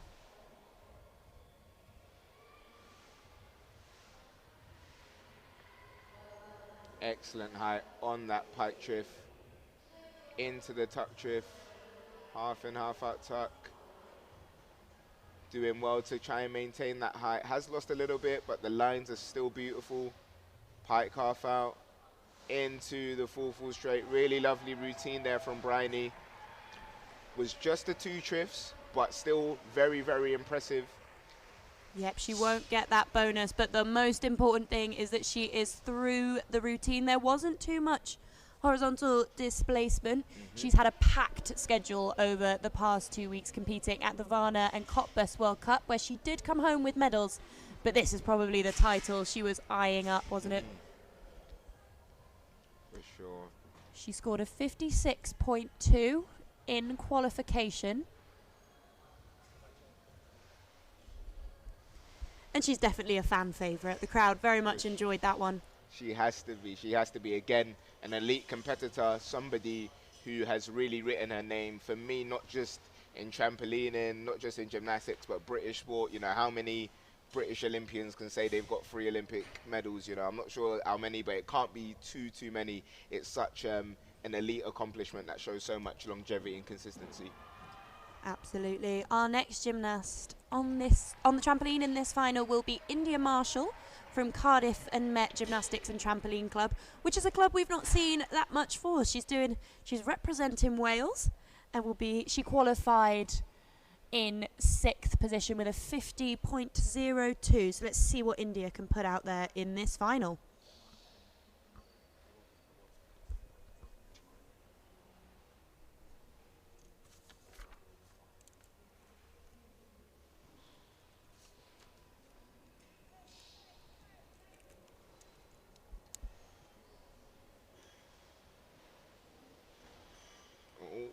Quite a lot of displacement, but she's managed to bring it back. Has to really settle down now. Bryony in there now. Pike kick out. Really getting that height back. And a lovely finish. Little bit hectic at the start with the displacement. Maybe she was a little bit nervous. Obviously, the start of routines for trampolinists are quite difficult. But she did really, really well to stay on the bed, settle herself, and finish that routine. Yeah, and she didn't look too disappointed with the routine. It obviously wasn't perfect, and she'll have known that, having to do a single just to reset there. But actually, she's done so well to make this final. She is rubbing shoulders with the best gymnasts in the world and Olympic champions. And to get gymnasts from different clubs getting into these finals is a testament to British gymnastics in itself. For sure.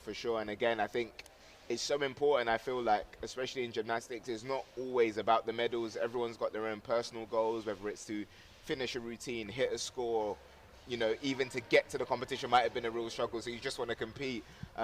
So I think it's really, really important to remember that and congratulate everyone that competes at these British Championships, because everyone's on their own journey.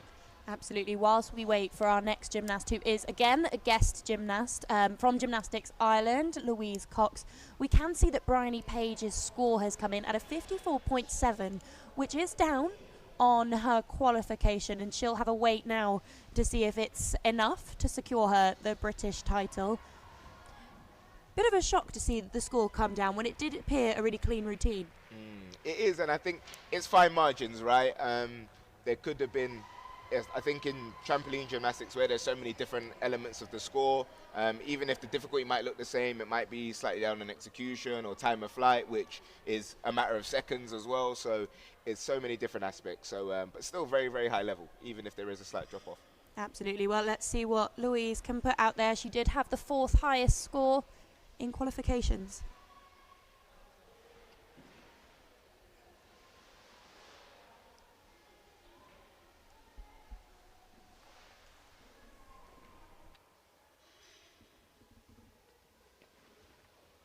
Great routine here. Tuck Rudy into the straight back. Pike half out. Half in, half out tuck. Double tuck half. Half in, half out pike to finish. Lovely routine there from our guests. Safely through. Pretty much stayed in the middle of the bed that whole time, so her displacement score should be quite good.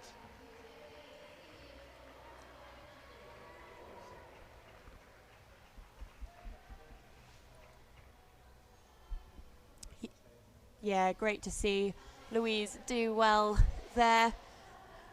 And whilst we wait for our next gymnast and just finish the replay there of Louise's routine, Megan, we are going to say a big thank you and let you go because you have a medal to collect. And thank you. Who would we to be to keep you from that moment? But thank you for joining us. Thank you so much for joining us, Meg. It's great to see you. Congrats.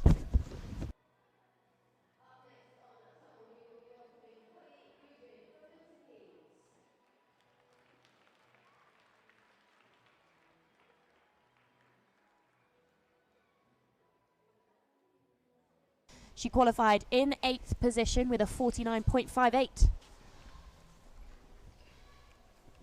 Working really well here. Barani here into a half in, half out tuck. Slight split in the legs in the pike half. Double tuck half out and into a double pike to finish. Great fight there to really steady the ship after some slightly shaky moments, but got through the routine, and I'm sure she'll be very pleased. Absolutely. Sometimes you can really see that fight for a gymnast, and it's just about getting through that routine. We can't say that enough. I remember after the Paris Olympics, Bryony said, it's not always the best gymnast that takes the title, it's the best gymnast on the day who can get through that routine and deliver when it matters. And, you know, Sarah pushed through. She qualified at 8th. She had to give it her all. And she's absolutely done so. For sure. I think she can be really pleased. I think, again, for any trampoline gymnast, finishing the routine is always the most important thing. You never want to come off having not finished, because I feel like that's the ultimate, like, maybe low for a trampoline gymnast not finishing. So I think she can be really proud of herself, and hopefully she looks at her scores and is pleased. Yeah, let's hope so. Our next gymnast will be Beth Ann Harries of Liverpool Trampoline Gymnastics Academy. She's another gymnast who has been combining her training with study. She's at Liverpool University, competed at Bucks this year, where she became knockout champion, and she's getting her routine underway. Working really well here. Into the tuck half out, half in, half out tuck. Double pike. The Barani in there, the singles just to maintain that height and those lines. The tuck half out, into a double straight to finish there. Controls the out bounce, good routine there.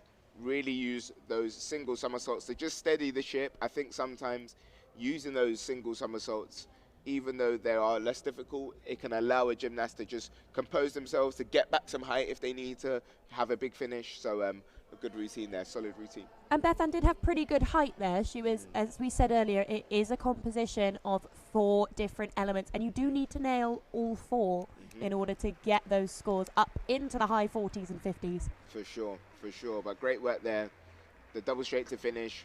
As Pete was saying earlier, anything in a straight position is always going to be a preferable sight for a judge, because they have less to mark and less to really pick out. So I think it's beneficial when the gymnasts are using a lot of straight skills, as many as they possibly can, you know, within reason. And viewers may recognise our next competitor on our trampoline right now. It's Eleanor Edwards from Edgebarrow Trampoline Club, who was already impressed on the DMT today and giving it another go in a different discipline. Eleanor qualified in 7th. Really impressive work, Eleanor. To kind of be in Britain's best for 2 different disciplines is super impressive. I think it can't be understated, especially like whilst DMT and trampoline are similar, they are still very different. Very different. It's a real accomplishment. So well done in advance already to Eleanor. She's done an amazing job. Absolutely. Ever think we get you on a trampoline, Dom? I doubt it. I doubt it. Honestly, I think the ship has sailed. I think trampoline and the tumbling are very different, even though tumblers do use the trampoline as a training aid. But I always preferred going forward. Staying in the same spot was, I think it'd be too much for me. Fair enough. Well, let's see if Eleanor can prove you wrong, perhaps, and give us a fantastic routine up on the trampoline. Let's have a look. Starts off there with the pike Rudy. Oh, unfortunately for Eleanor, she has miscalculated. The displacement was a bit too much, and she's unfortunately had to stop her routine after 2 skills. Really, really disappointing. Yeah, that is tough. We can't underestimate the fact that not only has Eleanor competed in one final today, but these gymnasts have also had semi-finals. She's been warming up and cooling down, and it has been a long day, and perhaps we saw the repercussions of that there in the second element. Far too much horizontal displacement and crashing her feet onto the edge of the bed. For sure. I think, again, those angles, especially in trampolining, like all the disciplines, though, are so, so, so important. And she just had an angle that was slightly too far.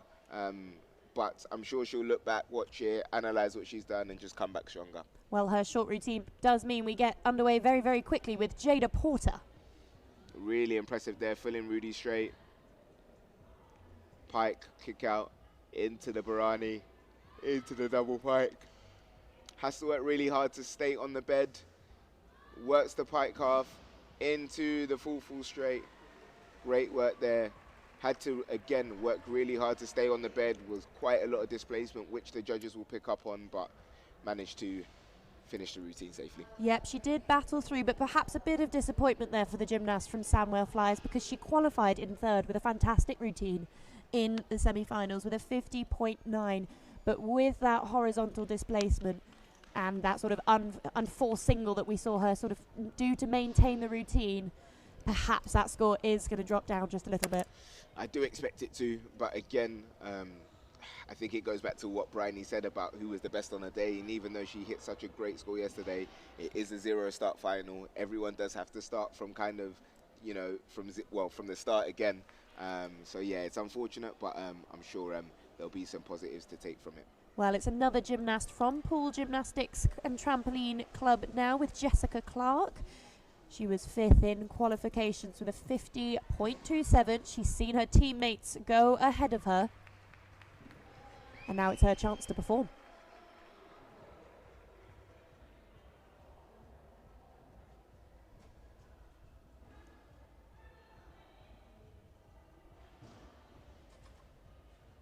Lovely start there with the full and half out straight. Double pike there. Pike Rudy into the double tuck. Pike half out into the tuck back. Uses the tuck half to set up a lovely double twist in, double straight to finish on the end. Again, we're seeing a similar pattern here of some of our women competitors in the final just using those single somersaults to steady the ship, get some height, because when you're pulling out double twists and double straights on the end, it does require a certain level of height that you might only be able to get if you just put in that single to just bring yourself back up again if you've lost a bit of height in those first sort of 5 to 7 skills. It is really interesting to see the gymnasts throwing these huge moves as their last skill, because typically and historically you would get them out of the way early, expend your energy on them, and then push through the routine.